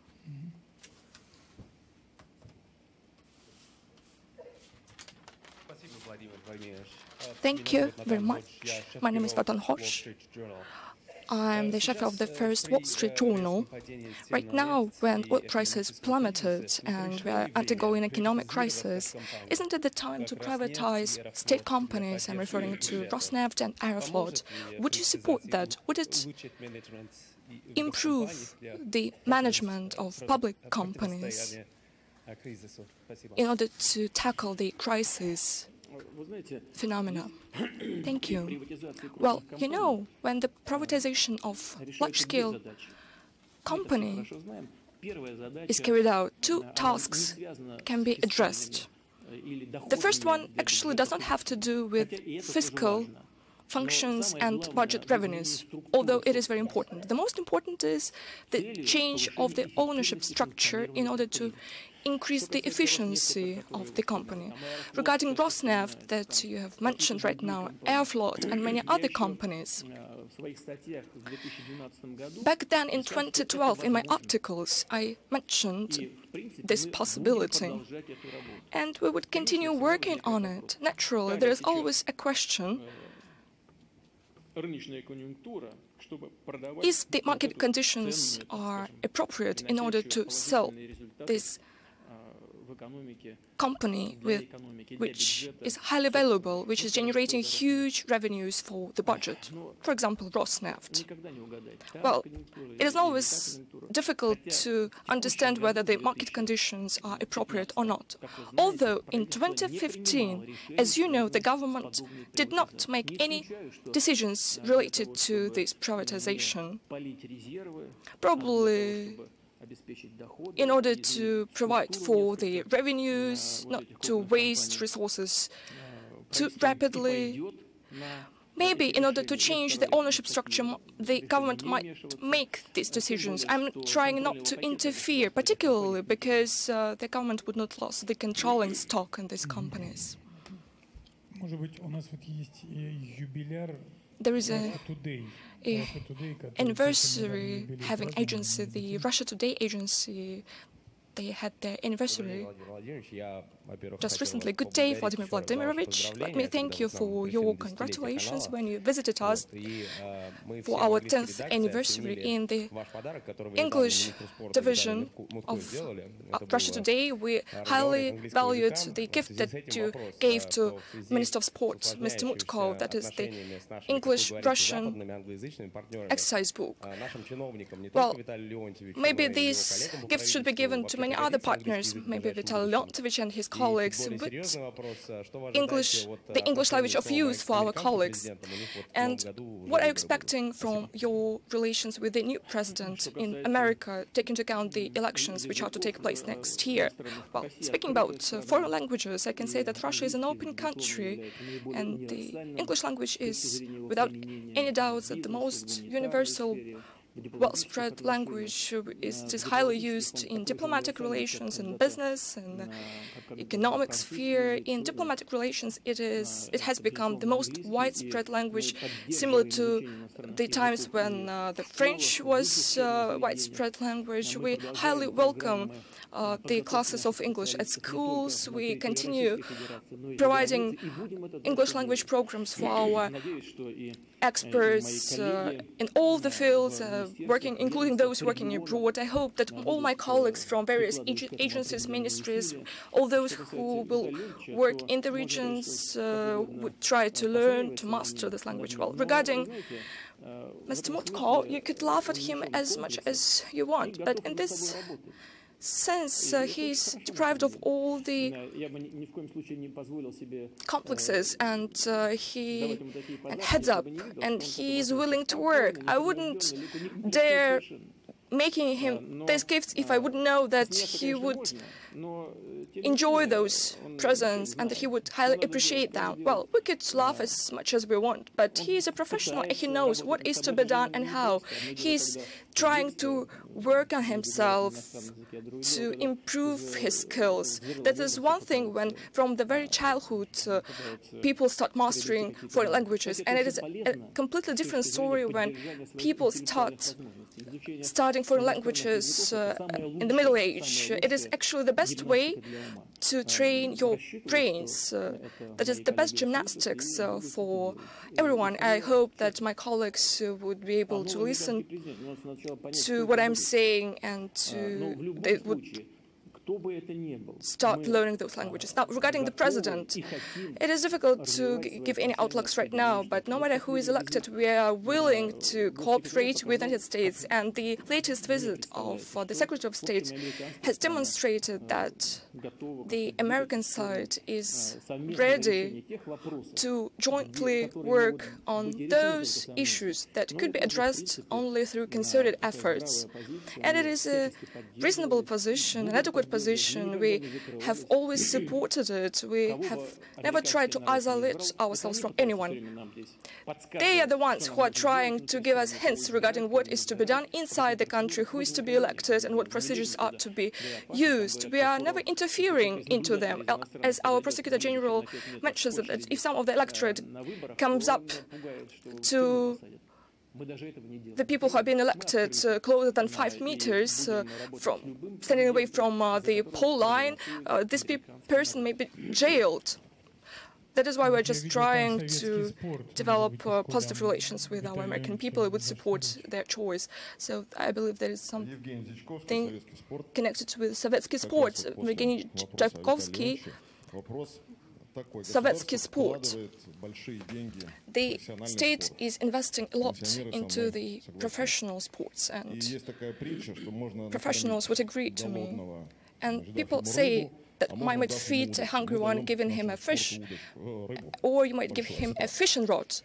Right now we are giving a sturgeon, a huge fish, a very expensive fish, to our sports community. And now the issue of doping is highly relevant, which is damaging the standing of our country. Who is to be responsible for that? Well, there are some virtual layoffs. Our team has been declassified, but who is to be responsible for that? And a couple of words regarding the corruption scandal of the FIFA. Is it the Western conspiracy, or there are people who just take bribes? Well, conspiracy is always to be taken into account. You cannot do without it. And another thing that I have always mentioned, no country should have the right to spread the jurisdiction to other countries, particularly when it has to do with international organizations. It does not mean that we should not fight against corruption. Of course we should do that. Although, when throughout the world foreign nationals are being grabbed and dragged inside the country in order to face criminal charges, I believe this practice is unacceptable. What is to be done? There should be equal, equitable, transparent conditions for cooperation with all the countries in the world. One should not impose one's own jurisdiction on anyone else. There should be frank and transparent conditions for cooperation. I hope that one time soon we would be able to renounce these domination attempts. The same holds true of corruption. Whether there is a corruption case with regards to the FIFA, that should be proven by the probe. Some people are willing to give their testimony and to admit the cases of corruption. Others refuse to do so. Regarding Stephen Blatter, he is a very reputable person who has contributed greatly into the development of modern football. His contribution into the global humanitarian field is enormous. He has always tried to use football not just a kind of sport, but as a tool for fostering cooperation between people. He is the one who should get the Nobel Peace Prize. Everything that has to do with the choice of countries and possible problems related to is none of our business. What we know is that we won the bid to host the World Championship in 2018 as a result of a competitive fight.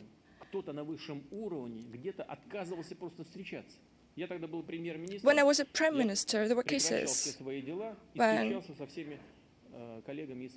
people refused to meet members from the FIFA and to talk to them. But in my time as a Prime Minister, I always gave up all my agenda and tried to meet the experts from the FIFA. We went through the regions. We demonstrated how important the development of mass sports is for Russia. We tried to demonstrate how many fans of football we have in our country and the way we are willing to develop football. And FIFA listened to us. In order to develop global football, it decided to let us organize the World Championship in 2018. If you remember, I did not attend the voting procedure itself. I came there later in order to not to participate in any sort of pressure being exerted on anyone, and we actually didn't do that. Let's wait until the investigation is over, and then we'll see what who is actually to blame. Regarding the doping issue, I have presented my point of view regarding this issue on many occasions. We are against of any sort of doping. First of all, because doping destroys the health of people. It is poison for people. That's the first thing. And the second thing, if people use doping, they should be punished for that.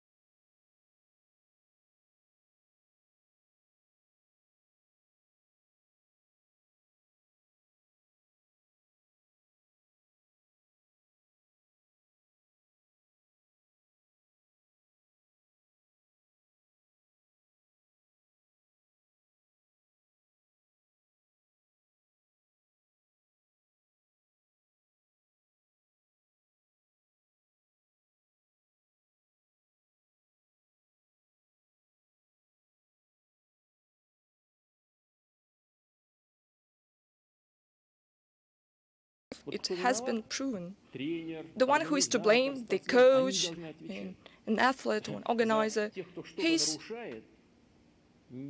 to be held liable. Those people not be liable. It is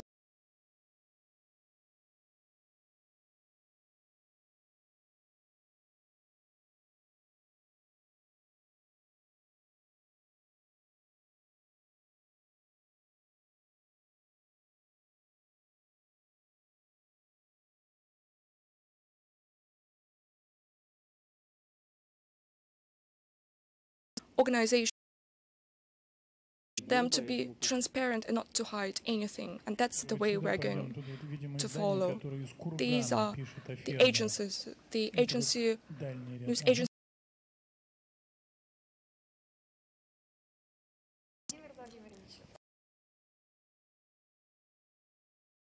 News 1. As a woman, I cannot but make a compliment to our president.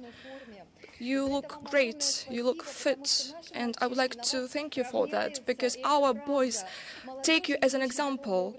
Young people who are having a healthy lifestyle. Well, let me stress that I'm not using doping. That's the most important part. So we would want all these young boys to be active in the cities or regions where they live. Annually, the Kurgan region, based on the federal program, receives 24 grants for the development of their own farms, but that is not enough. I would like to present the grief of all our farmers. They need 3 times more this time to start one's own business in our region. 71 people wanted to do that, and only 20 of them received the necessary and required grants. And it is very difficult to meet all the demands in the region with these 20 quotas, but we want to keep young people in our regions and towns. Thank you very much. This issue is extremely important, the development of farming and of agriculture. Of course, I'm well aware of discussions between representatives of various forms of development of agriculture. One say that, first of all, we should develop major goods production, and only this major goods production and not farmers can provide for food for the country, good quality food, and in the necessary amounts. But without any doubts, we should support farmers and farming production. Farmers make an important contribution into providing food security. I've already said this on multiple occasions, and I can repeat that all plans related to the support for the agricultural industry will be implemented, including the financial support. You have just mentioned 1.5 million rubles for the opening of one's own business. Maybe that's not enough. Maybe there are some other instruments, including in Kurgan, as well as other constituted entities of the Russian Federation. With the help of those means, regulatory means, including financial and fiscal regulation, it is possible to support those who want to start their own businesses. For example, a decision can be made, and a federal law provides for such an opportunity to regions. One can be exempted from taxes for 2 years, those who start their own businesses, and I'm referring to individual entrepreneurs, but these are specific cases, and it's up to people themselves to make a legal registration of what they are doing, what they're starting to do, but this would be a great help. But there are other forms as well. The single agricultural tax could be somehow transformed in order to alleviate the financial burden, the fiscal burden. One can also help to create the infrastructure to sell products so that farmers could sell their products. And considerable assistance that has never been before is that we have liberated our market for our national producers, because the growth demonstrated by the agriculture now, 3% or even more than 3%, shows this trend. This, of course, has a certain impact on consumers because prices are growing. It has an impact on fundamental macroeconomic indicators from the point of view of the inflation growth. But in the final run, in terms of dollars, we are hoping for a gain, which will consist in the growth of production. And in Kurgan region, they should consider the possibilities that the government has provided to support farmers. We'll look at how the situation is going to develop. If there is a need, we can allocate additional resources. We do have them in principle for 2016. There was, I saw a poster there, Pepsi.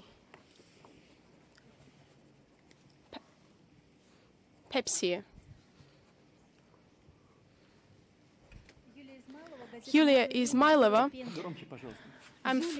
Yulia Izmailova, Молодой Leninets newspaper from Penza.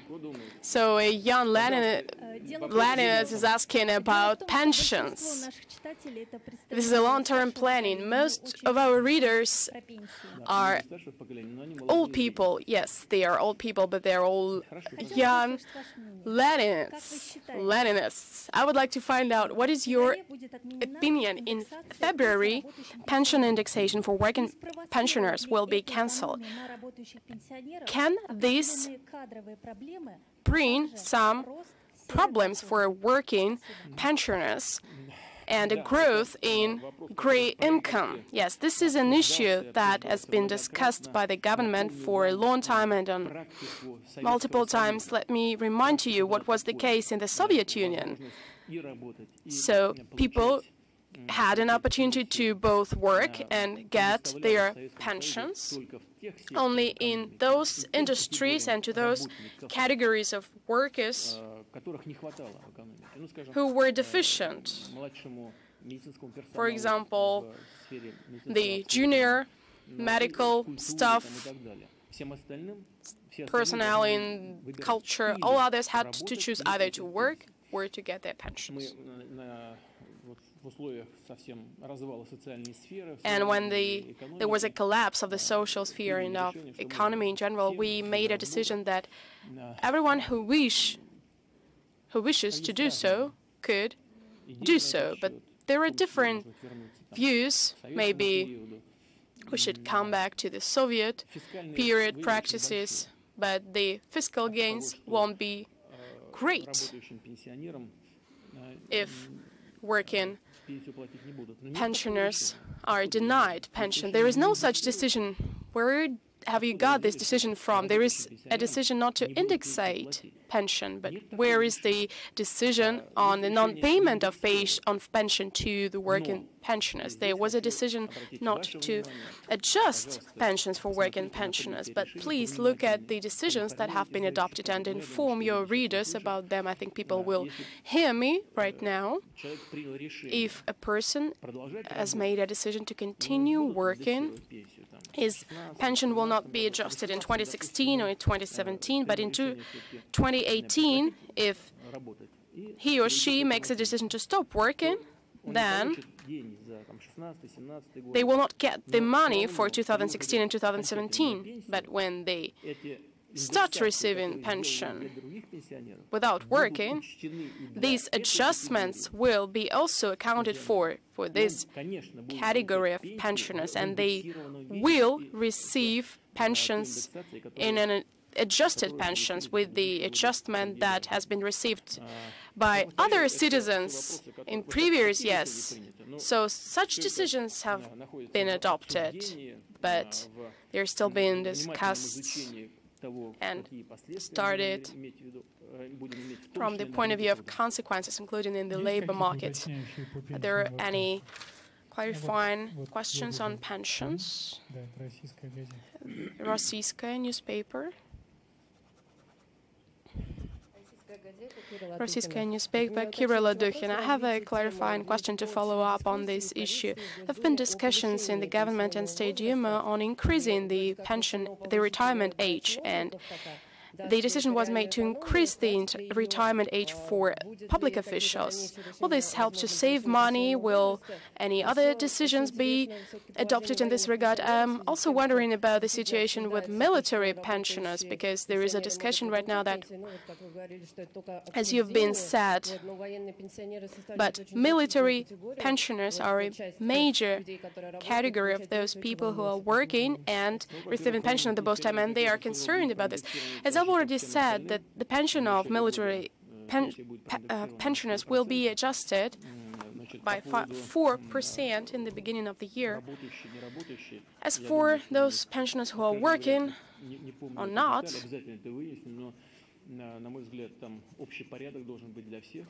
I believe that there should be a common procedure for all pensioners, whether they're working or not. As for the retirement age, you know what my position is, and I've been opposing the increase of pension age, the retirement age. There are some problems. As for increasing the retirement age for public officials,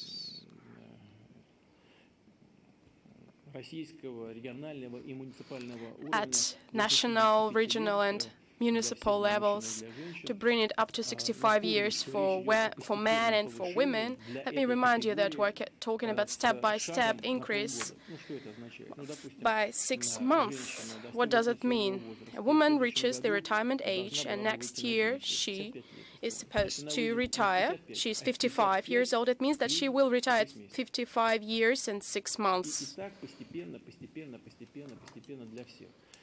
And this will be a step-by-step procedure for everyone. I'm talking about public officials, of course. The fiscal result is minimum.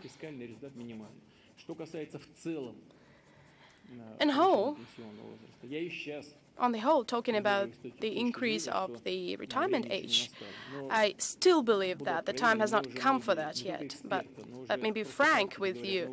Many experts tell me, if you want, by doing good to people, you will hurt them at the end of the day, because the life expectancy is growing.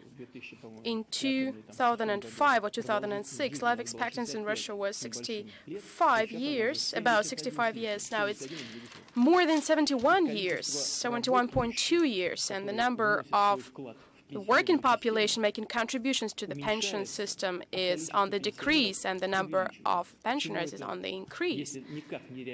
So if we do not respond to this trend, what will it result in? It will result in shrinking incomes of the pension system. This year they dropped because the real earnings dropped, and the pension fund is being formed from the income of the working population. There is a deficit of the pension system, and we have to add these resources to the pension fund from the federal budget. I think that this is a one-time issue, but as long as the life expectancy grows, the number of the working population will decrease comparing to the number of non-working citizens. Then we might face systemic issues relating to resources of the pension fund. What might it lead to? It might lead to decreased income of pensioners themselves. The state will have to decrease the amount of pensions or to increase the retirement age. But if we do so, we should do it in a calm manner. There should be no haste, as it is the case with the public officials' pensions. When are we going to do this? Well, sometime in the future. This has already been done in all countries around us, but when do we need to do this? I don't want to answer this question publicly because we do not have any answer at the moment. This is an economic issue that we are facing, a purely economic issue. What was the case in other countries? He also acted step by step. Now the gap between people who are pensioners is considerable, but it will grow. Decisions should be made in a due manner, timely manner, so that not to break the pension system in 10, 15 or 20 years. But what I want to say and what I want people to hear is that it will have no effect on people who are pensioners already. They have nothing to do with these changes of the pension system. No one will make them, even if they became pensioners yesterday, return to their work. All those who have already become pensioners, those who have already retired, will have a full access to all pension rights. RBK.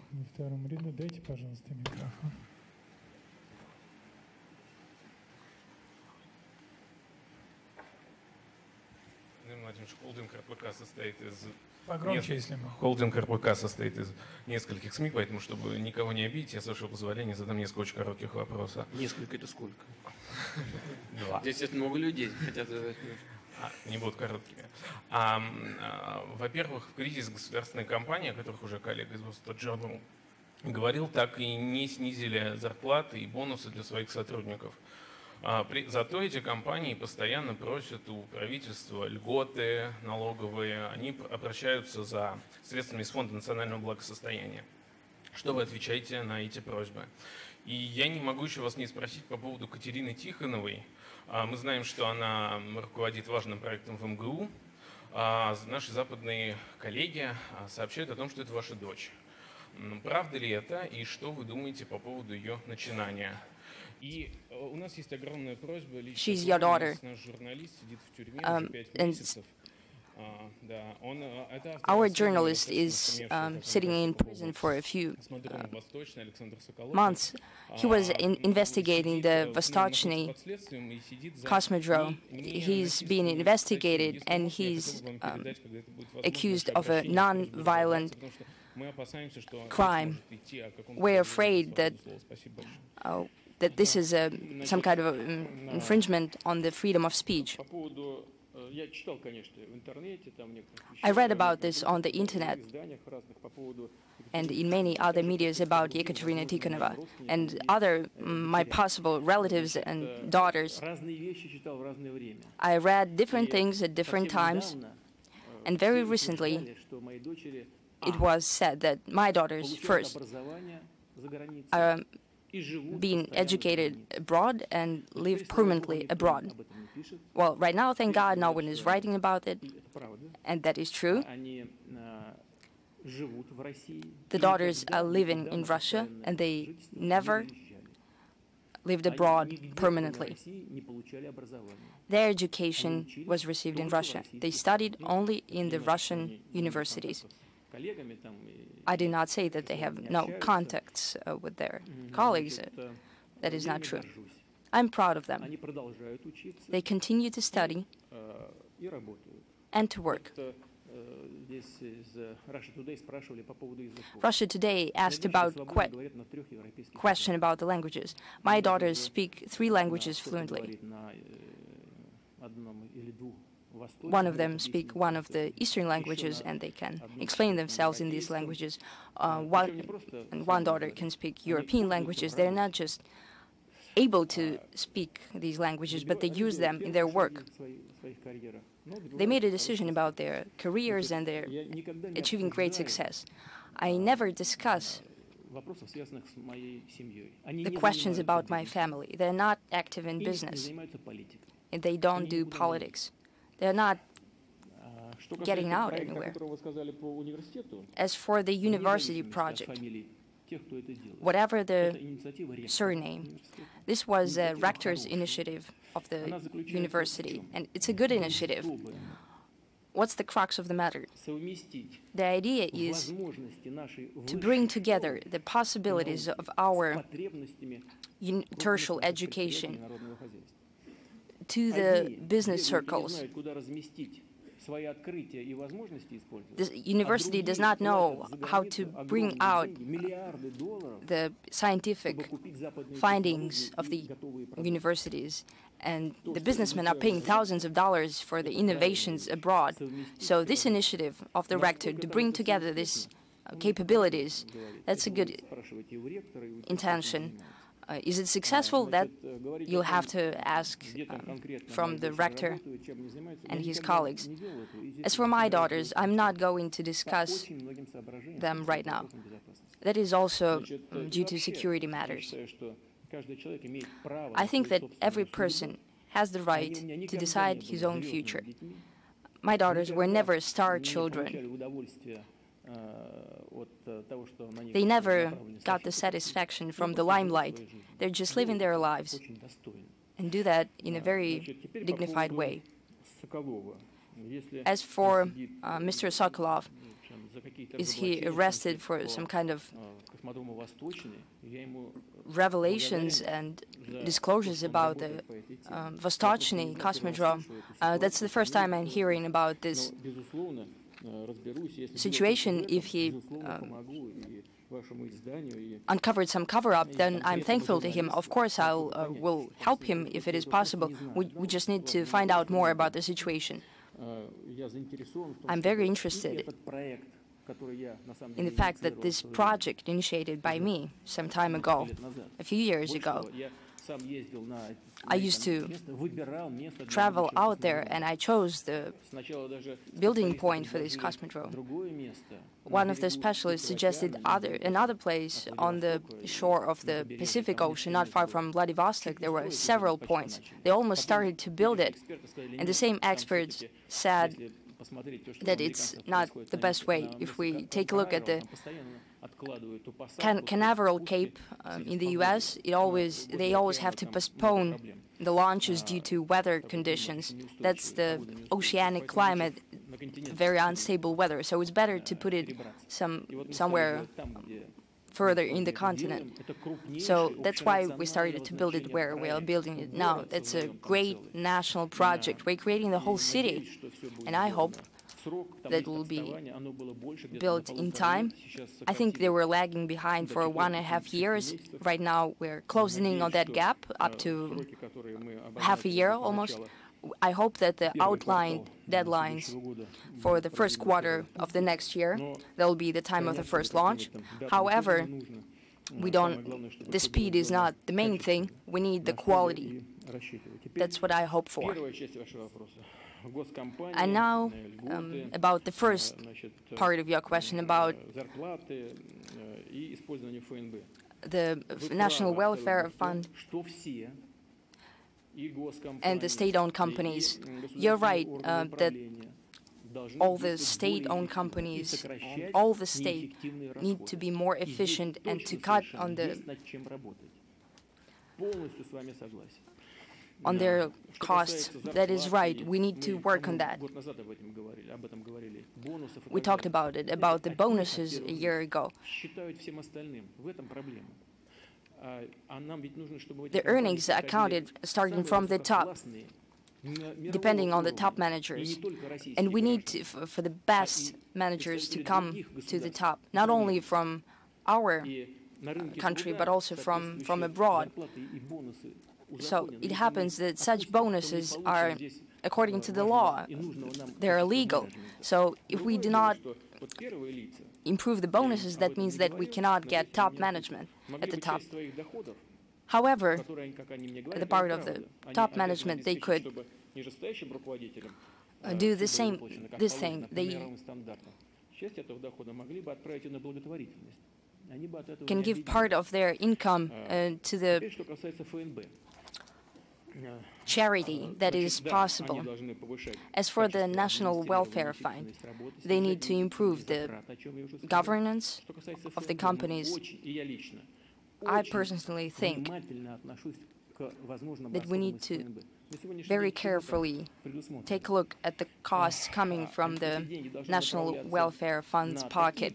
This money should go to such projects that would not be just a pure loss, but would create conditions to develop the whole economy. For example, $150 billion to improve Trans-Siberian Railway and Baikal-Amur Railway. To develop this BAM railroad is very important. We already have the cargo, which we need to drive. There were $50 billion investments. As soon as they built this road, the cargo started coming, and we got the payback. And there are not so many projects coming from the National Welfare Fund pocket. Another thing, the beltway around Moscow. We need to create additional transportation possibilities for Moscow so that Moscowites will benefit from that. That will also help the growing economy. 150 billion coming for that. Rosatom received money to build a commercial nuclear plant in Finland. Despite those who want to take down building this nuclear plant, the plant was planned and they're being built. The Rosatom already invested billions of euros in that project. And this Finnish company took the risk and started working. That is the right investment. It's a good risk. I think around 180 billion were invested into the Russian Fund of Direct Investment. However, for $1, for $1 Russian dollar, they raise 10 foreign dollars. It's the right investment. Any other investments are non-existent. However, we'll think about other projects, but they should have to be as effective and efficient as those projects which I have already named. Oil. Let's talk about oil. And Il-96. But first, oil. The lady here. Hello, Mr. President. My name is Natalia Menshikova. I'm from Nizhny Vartovsk region. That's Yugra, the Samotlor region. The majority of the Russian oil is produced in our region. However, it was explored in the 1970s. So that's the question. Do you intend to invest more in the geological survey? And the pensioners of Nizhny Vartovsk congratulate you with the new year. Thank you very much. I would like to express my gratitude to the pensioners of Nizhny Vartovsk and all other regions. Thank you for support, despite all the hardships that people come across. And these people don't have a lot of income. This group of people is one of the most responsible groups of society. These people went through extreme hardships after the war, and they put in so much to improve the economy. They have went through so much. And right now, they have nothing to count on apart from the support from the state.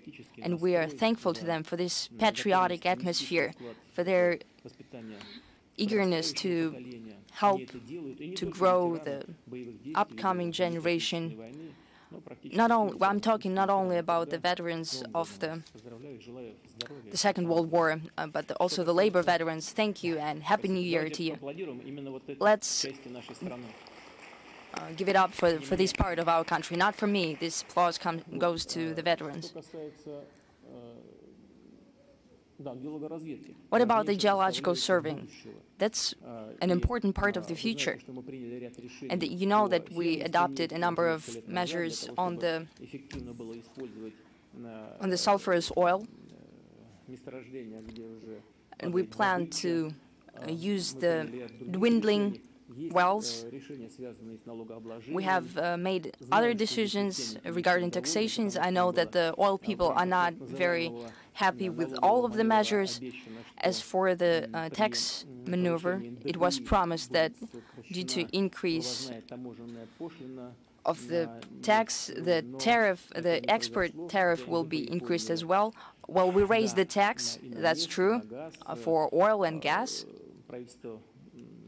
And the government has created an extra burden for the oil branch. And let's hope that it does not always last forever. They agree with that. The oil industry does not cut short on those plans to develop further wells. However, the government needs to be very careful in monitoring the oil branch in order not to kill off the hen which gives us golden eggs. Geological survey is very important, but it's not the way it happens. You say that all the surveying was done in the 70s, and now we do nothing. That's not true. We're investing in many programs as a part of governmental programs as well. We need to stimulate private companies and state-owned companies to do that. The work is continuing. I cannot give you some specific figures, but they are in place and they're quite impressive. Maybe that's not enough, but we never forget about this. Yes, and I promised to ask about the plane, the aircraft. Thank you very much for this opportunity. Could you speak louder, please? Nakanouni.ru Information Agency. Do you support the idea of mass production of Il-96 aircraft? Do you think that using just the foreign aircraft in the light of the tragic events is wrong?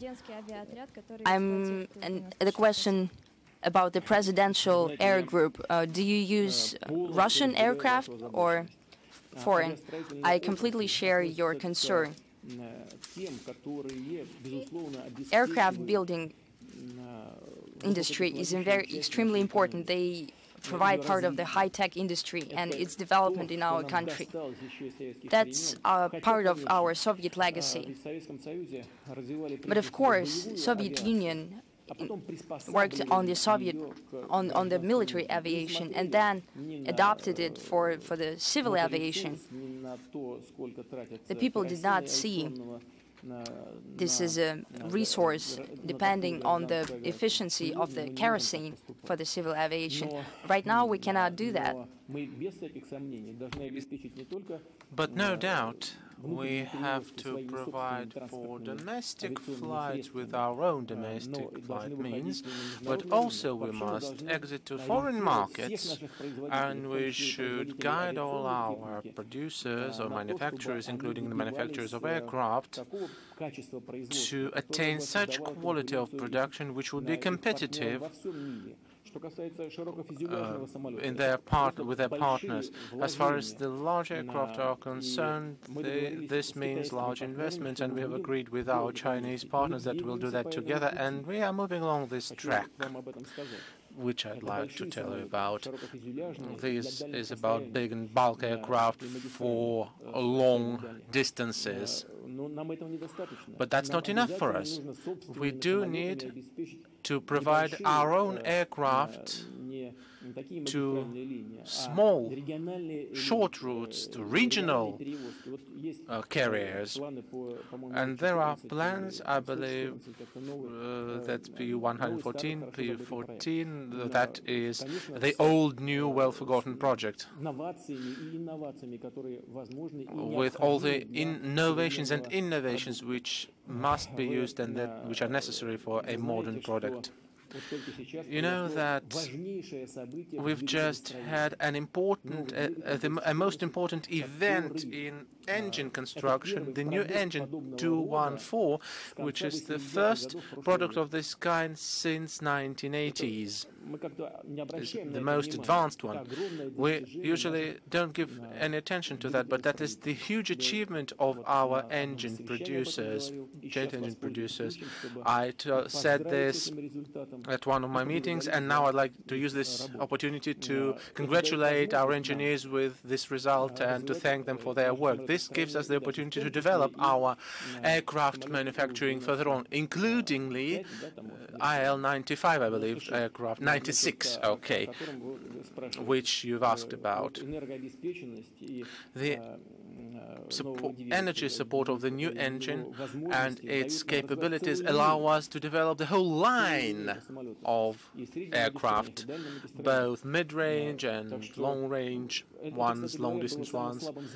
This, by the way, used to be the weakest part of our production because we had either to use Pratt & Whitney or Rolls-Royce engines. They have good engines, but our engines are better now when we'll deal with avionics as well, and our planes must be better. We have forgotten to give the floor to NTV, so if we may, NTV. Thank you very much for not forgetting us. Mr. President, you spoke about oil, but I'd like to ask you about gas. That's one of the basics of the Russian welfare, and here some things remain unclear. We know that the actions of the Ukrainian authorities are unpredictable. We can see that due to the events in the Crimea, where the power transmission was just cut. No one can guarantee that Ukraine does not cut the gas transit to Europe. And due to the situation with Turkey, the negotiations on the Turkish stream were frozen, and we don't know when they are resumed. We have the additional variant, the saving variant, which is the Nord Stream 2. But now a group of the EU countries have announced a protest against this construction and want to stop this project from happening as it has been done with the South Stream. So what are we to expect in that? And besides, what are we to expect from the construction of the nuclear power plant in Turkey, where $3.5 billion were already invested? No, Russia hasn't invested $3.5 billion in the nuclear power plant. And the matter about the future of this project should be solved on the corporate level. This is a purely commercial issue, and we'll take no step that would harm our economic interests. But this is for Rosatom and its partners to decide. As far as I know, there haven't been even the necessary license given by the Turkish side to consider this project a priority one. But I repeat, this decision must be a corporate one, not governmental one. Now, about Nord Stream 2 and those who are against, we know that there have been many countries against Nord Stream 1, but it has been implemented nevertheless. And as it turned out, it was implemented right in time. And of course, there haven't been all the conditions fulfilled to load it in full, but especially on those pipelines that are on German territory. One route has about 50% of load, another almost 0% of load, but this is a potential which can be used, I'm sure. On the South Stream, you know our views. We were ready to implement this project. We weren't allowed to do that. project. First, the European Parliament adopted a decision that this project did not correspond to the interests of the European Union and sent the paper about that. Then the European Commission demanded that Bulgaria would stop the preparatory work and construction. Then the Dutch regulator, where the South Stream was registered, didn't take the decision to allow us to give the construction on the sea. But how could we begin this construction, just drown the billions of euros, then come to the Bulgarian shores and not be allowed to construct through Bulgaria?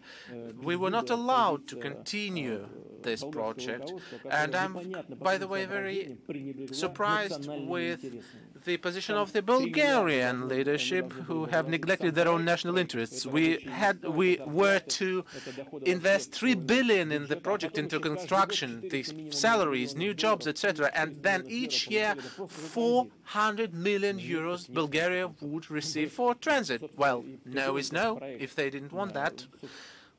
We have thought of this project because we wanted to support Bulgaria. I mean, one of the reasons for that. They don't want it? Okay. Now, we have begun speaking about the Turkish stream. That does not depend on us in the end.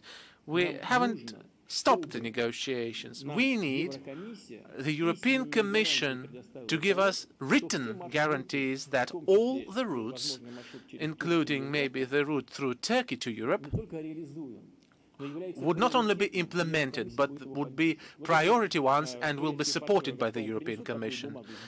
If Gazprom and our Turkish partners bring us such a paper from Brussels, we'll move forward. But so far, unfortunately, we see nothing of that kind. Now, the transit through Ukraine. Yes, at the corporate level, I have heard myself during those acute discussions that some said, we will cut our transit, but I'm not sure that this should be done, the transit through Ukraine. But if we compare the capabilities of Ukrainian transit and the capabilities of transit through Nord Stream 2, well, everyone demands for Nord Stream 1 and Nord Stream 2 in future to meet certain requirements. What requirements are there? Reliability, the market operation of this gas transportation system, legal and administrative regulation at the highest standards. Can our Ukrainian partners do the same? The same things that we are doing with our European partners in the Nord Stream. If they can, we'll work with them further on. If they can't, then we'll analyze what we'll do next. You're welcome. Well, let us give the floor to Yamal, maybe. Mr. President, sorry. The Krasny Sever, the Red North newspaper, Yamalo-Nenetsky Autonomous District. My question is about the north latitude passage. Thank you for supporting our Yamal projects, and the authorities of our region are doing a lot as well. In particular, till the end of the year, we'll sign the PPP agreement about constructing the road from Ivanenko to Sivida, but unfortunately the road Salikard-Nadin, which is really needed now, the construction is being frozen or slowed down now, and the project is getting more and more expensive. Could you just accelerate this project somehow? Yes, that is a needed project. Yamal is our treasury, gas treasury, oil treasury, and we will develop it further on. You know about a large international project where Novatec and our Chinese partners are participating, French partners as well, and we are supporting and assisting this project implementation. By the way, one of the reasons to that is that the foreigners have already invested there earlier than us, and those investments which were done by our foreign partners in advance before us, actually made us invest in the project ourselves, because it would be ridiculous if after foreigners made their investments, we would stop to invest and support the project. That would be unfair towards our foreign partners who have supported the project. And I'd like to say again, this is a needed and important project, and we are thinking about the future, taking into account that the sales of the LNG in the world markets will be growing. And today we sell LNG only the Far East within the joint projects or on swap agreements, which is done by Gazprom. But here we'll have a joint, powerful Russian, French, Chinese project with huge production capacities and with the opportunity to go to almost all the foreign markets. So we are thinking about the future, and we are doing that. So I'm, by the way, very surprised even that the CEOs of this project have such huge successes, because everything is constructed in due time, with high quality at the necessary level.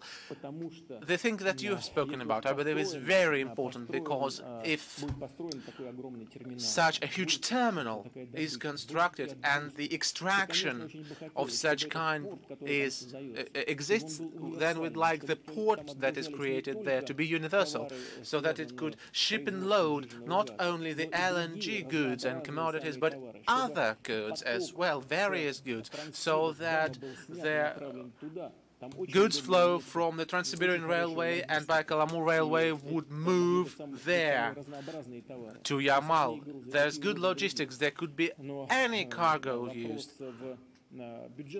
But the question of the budget financing, of course, needs additional analysis.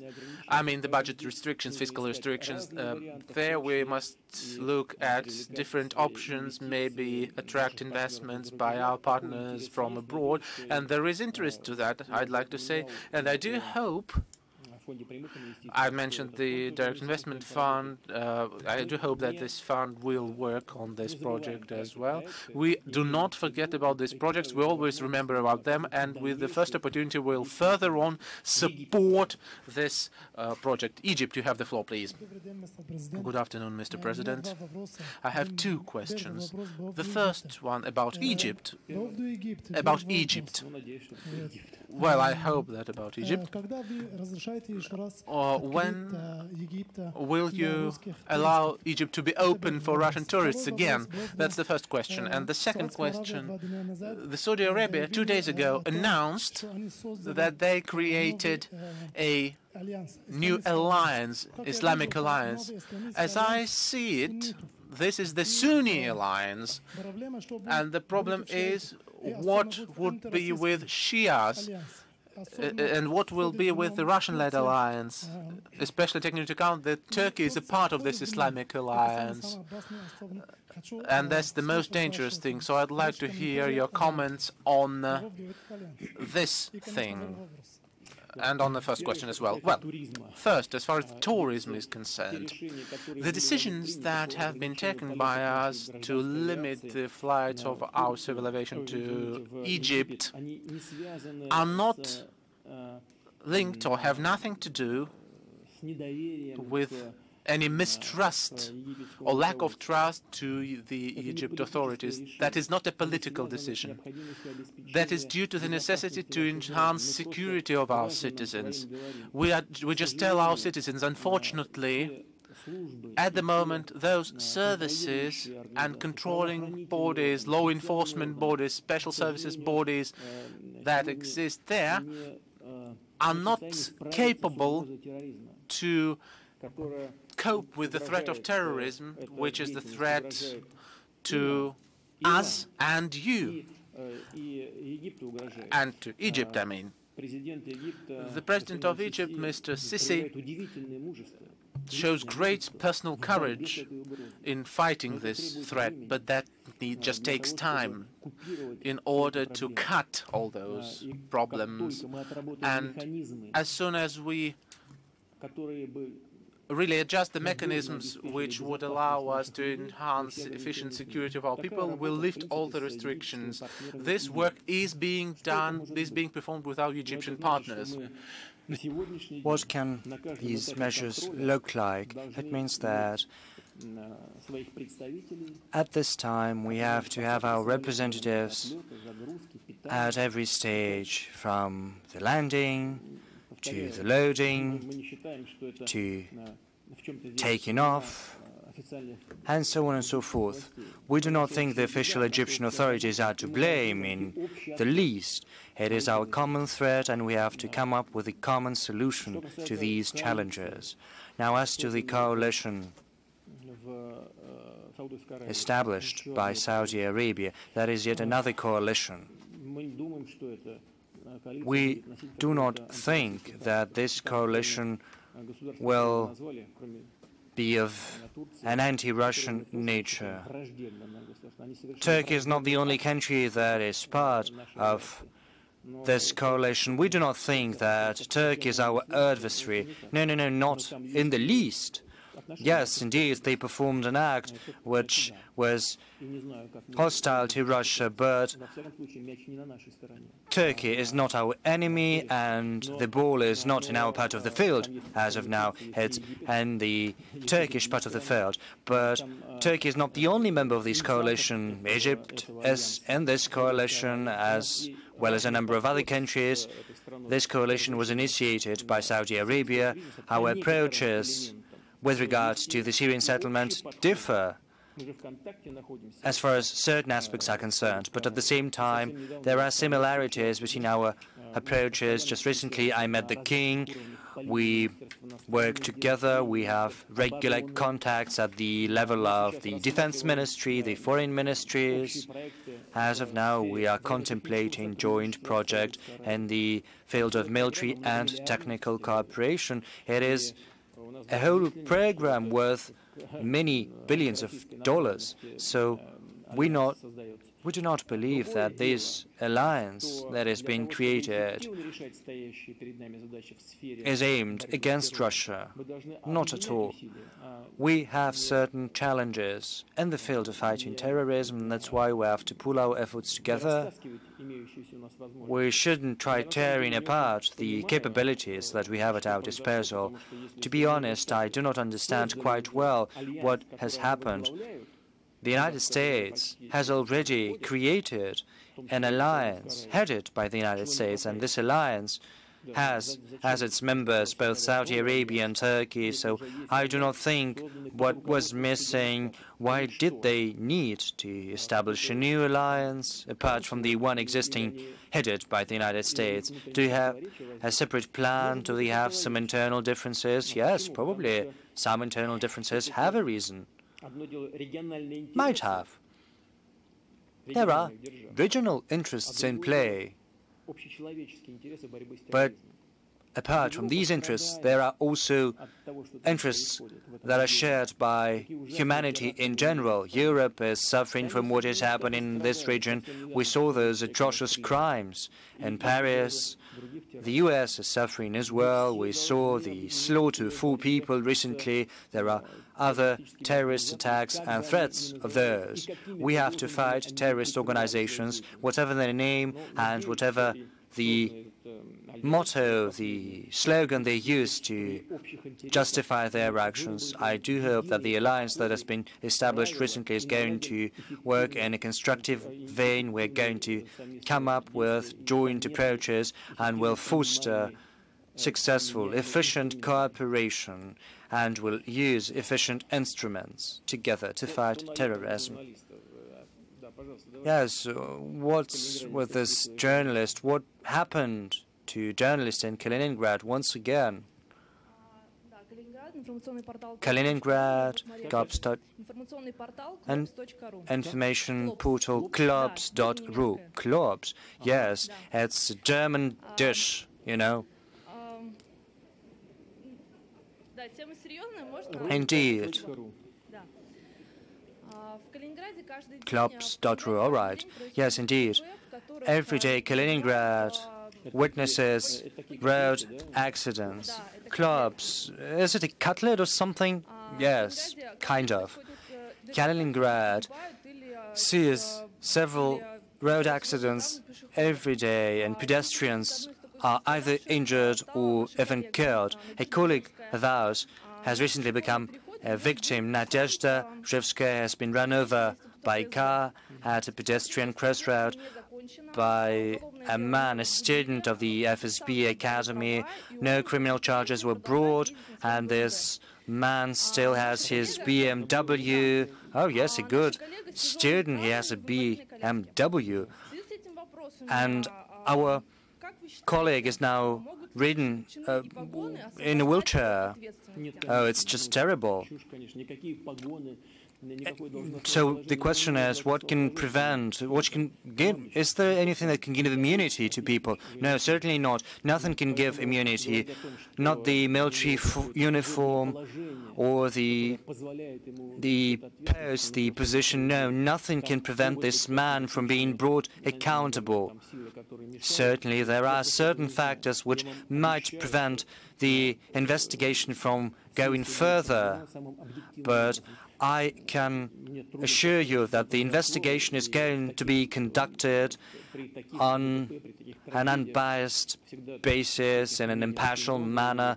I do not know what exactly happened. Indeed, when a road accident happens, there might be different points of view, but what I can tell you is that this investigation has to be completed, and those who are responsible have to be brought accountable. Whoever was behind the wheel has to be held responsible. And I can tell you that those who drive have greater responsibility because vehicles are very dangerous. And the one who suffered is always less to blame. There is only one situation in which the pedestrian is to blame. Then that is when the pedestrian was the one who deliberately caused the road accident. In other types of situations, the driver is to be held accountable. It can be penal responsibility or administrative responsibility. Drivers have to know about that. Defense? Oh yes, let's talk about defense. Good afternoon. I'm from the city of Tula.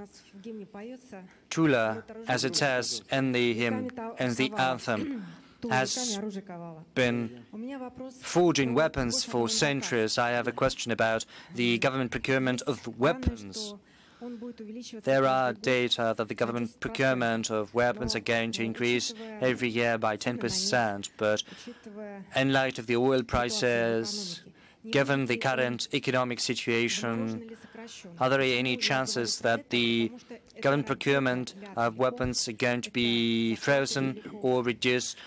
Well, am I asking that because it's about the livelihood of those who live in Tula, about our jobs?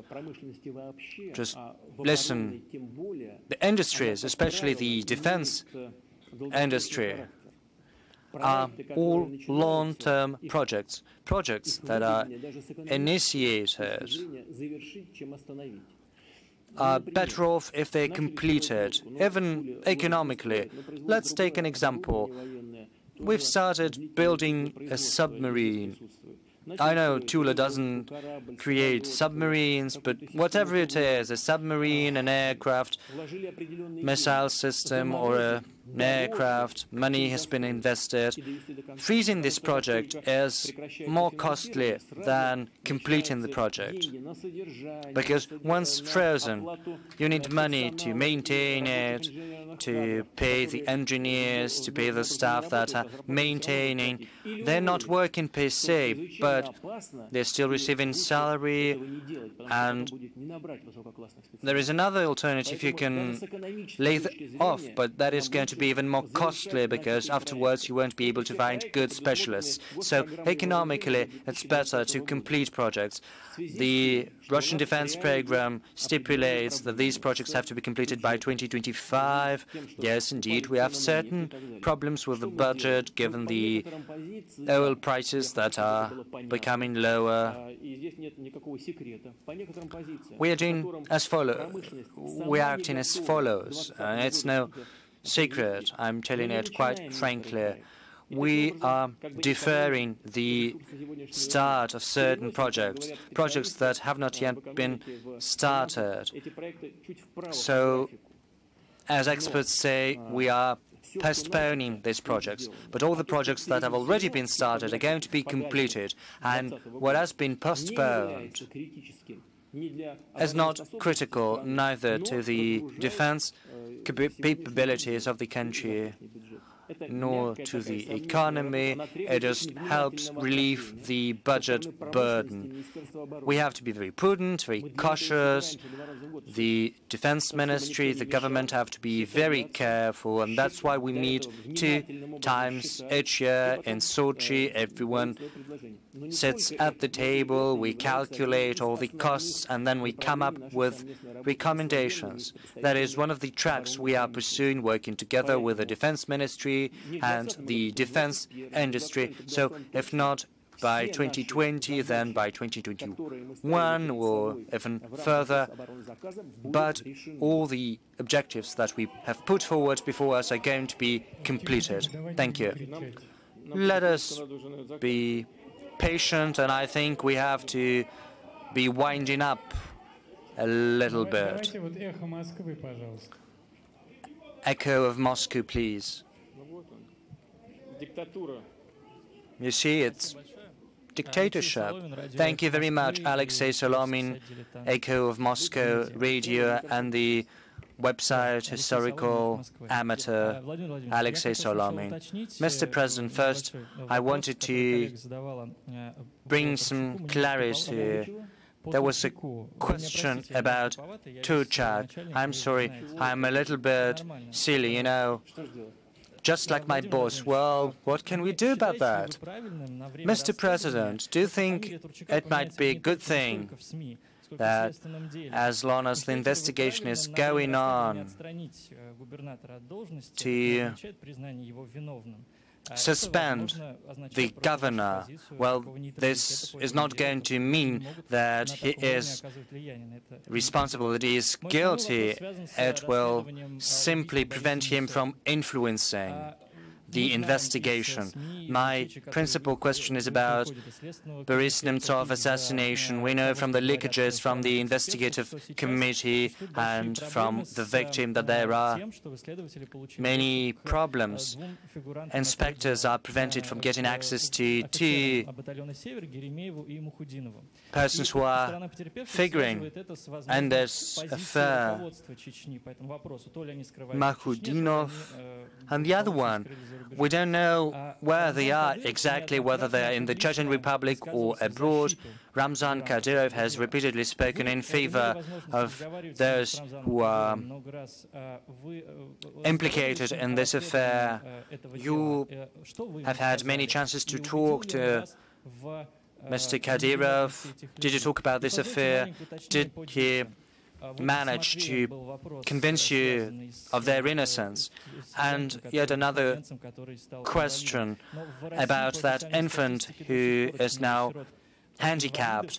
According to the statistics, Russia still has many handicapped children, and they are not living in families. Probably the prohibition of adopting children by foreigners might be relieved a little bit.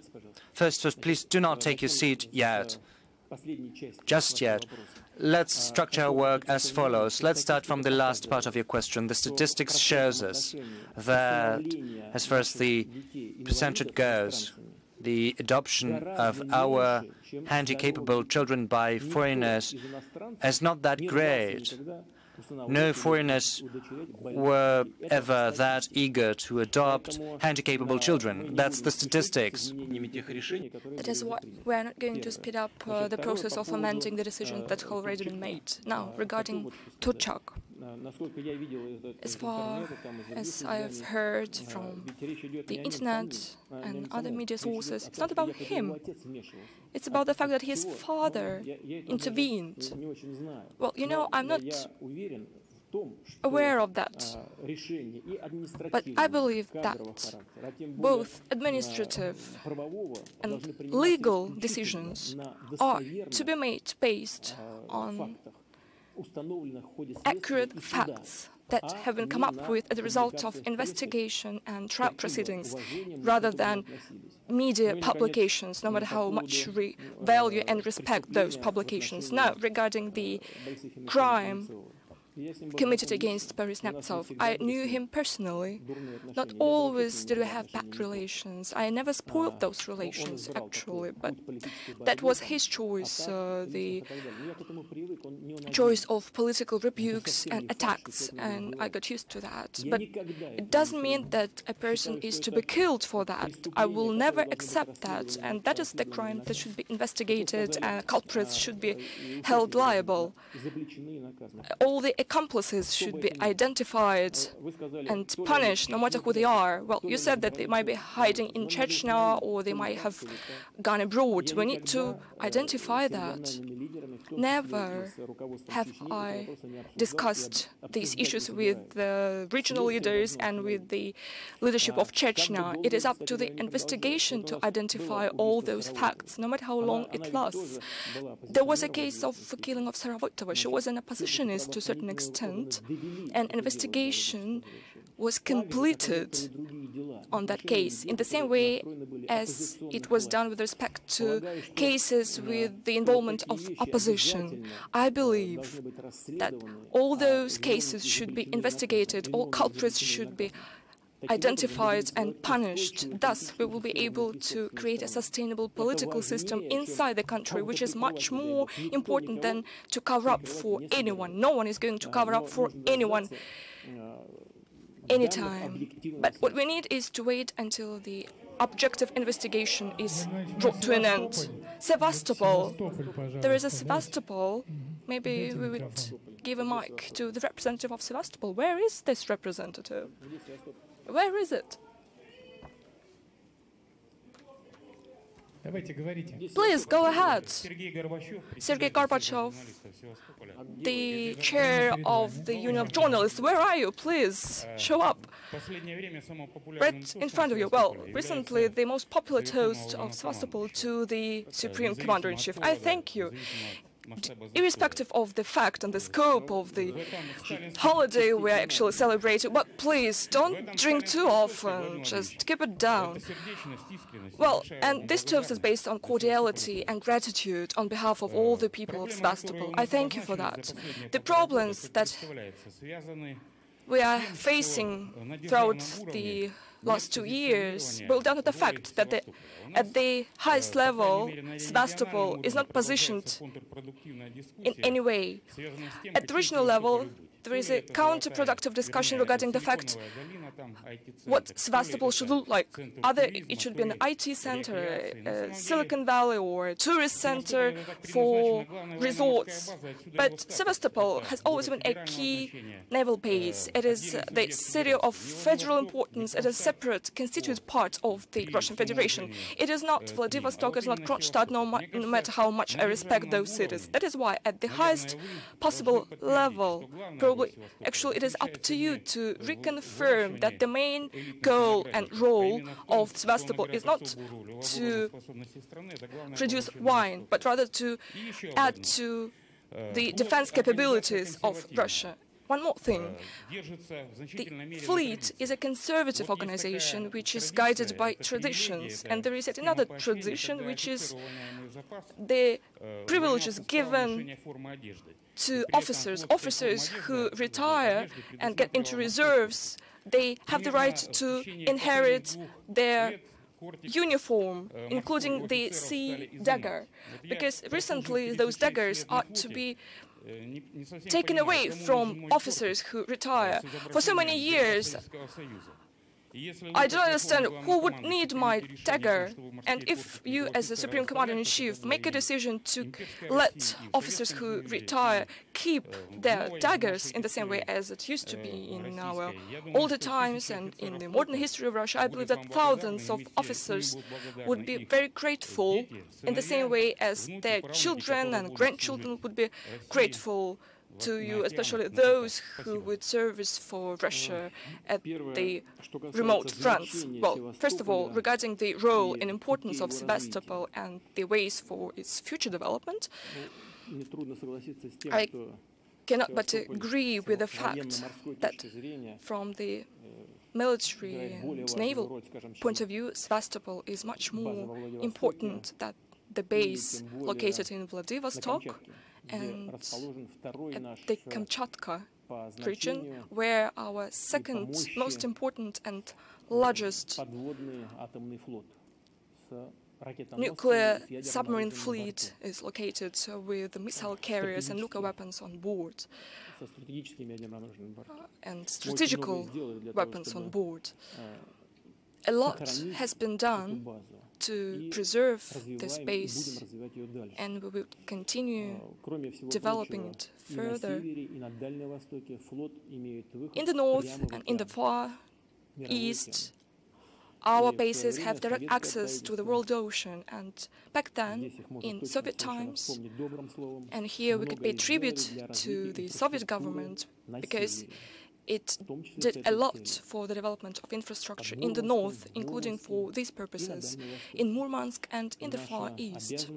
And it is our duty to do everything we can so that all those efforts were not in vain, so that we could improve and develop further everything that was achieved by our ancestors.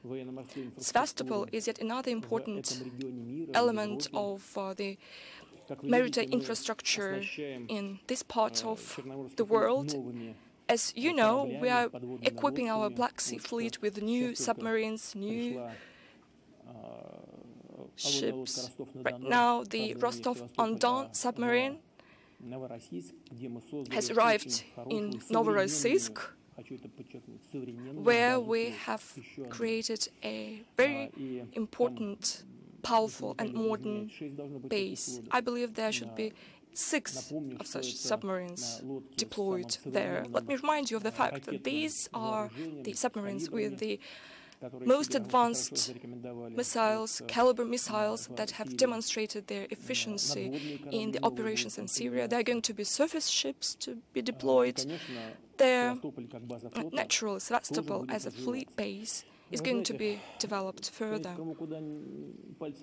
Well, anywhere you go, there are problems that have been inherited from the previous times. Right now, we're working on the power sector.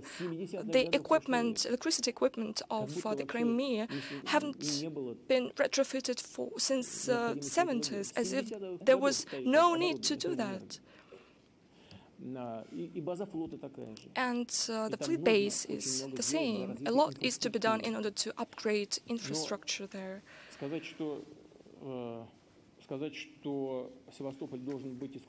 But we cannot say it won't be right to say that Sevastopol is only to be a fleet base.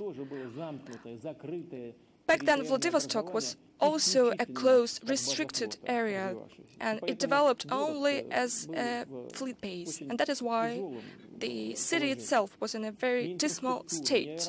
There was no infrastructure, no roads, no ports, no modern social facilities, theaters, museums. And right now, everything is developing in modern conditions, no matter where people live. And particularly in Sevastopol, people should have access to all those facilities.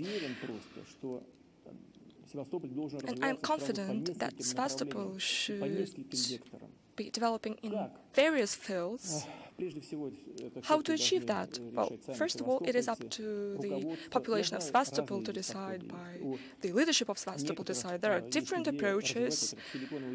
Some are willing to develop Sevastopol as a Silicon Valley, as you have just mentioned, and there's nothing bad about that. Instead of developing poisonous, harmful productions with poisonous emissions, Sevastopol should develop a high-tech production, as well as develop production with the involvement of members of the fleet and military, because these are high-skilled, knowledgeable people. I didn't know that actually the territory of Sevastopol is not restricted to the urban area itself. There are lots of possibilities for the development of resorts and tourist facilities. We should do that. We should provide assistance to Crimea and Sevastopol. And yes, indeed, we need to bring back maritime daggers to our officers. Thank you very much. The press conference is over.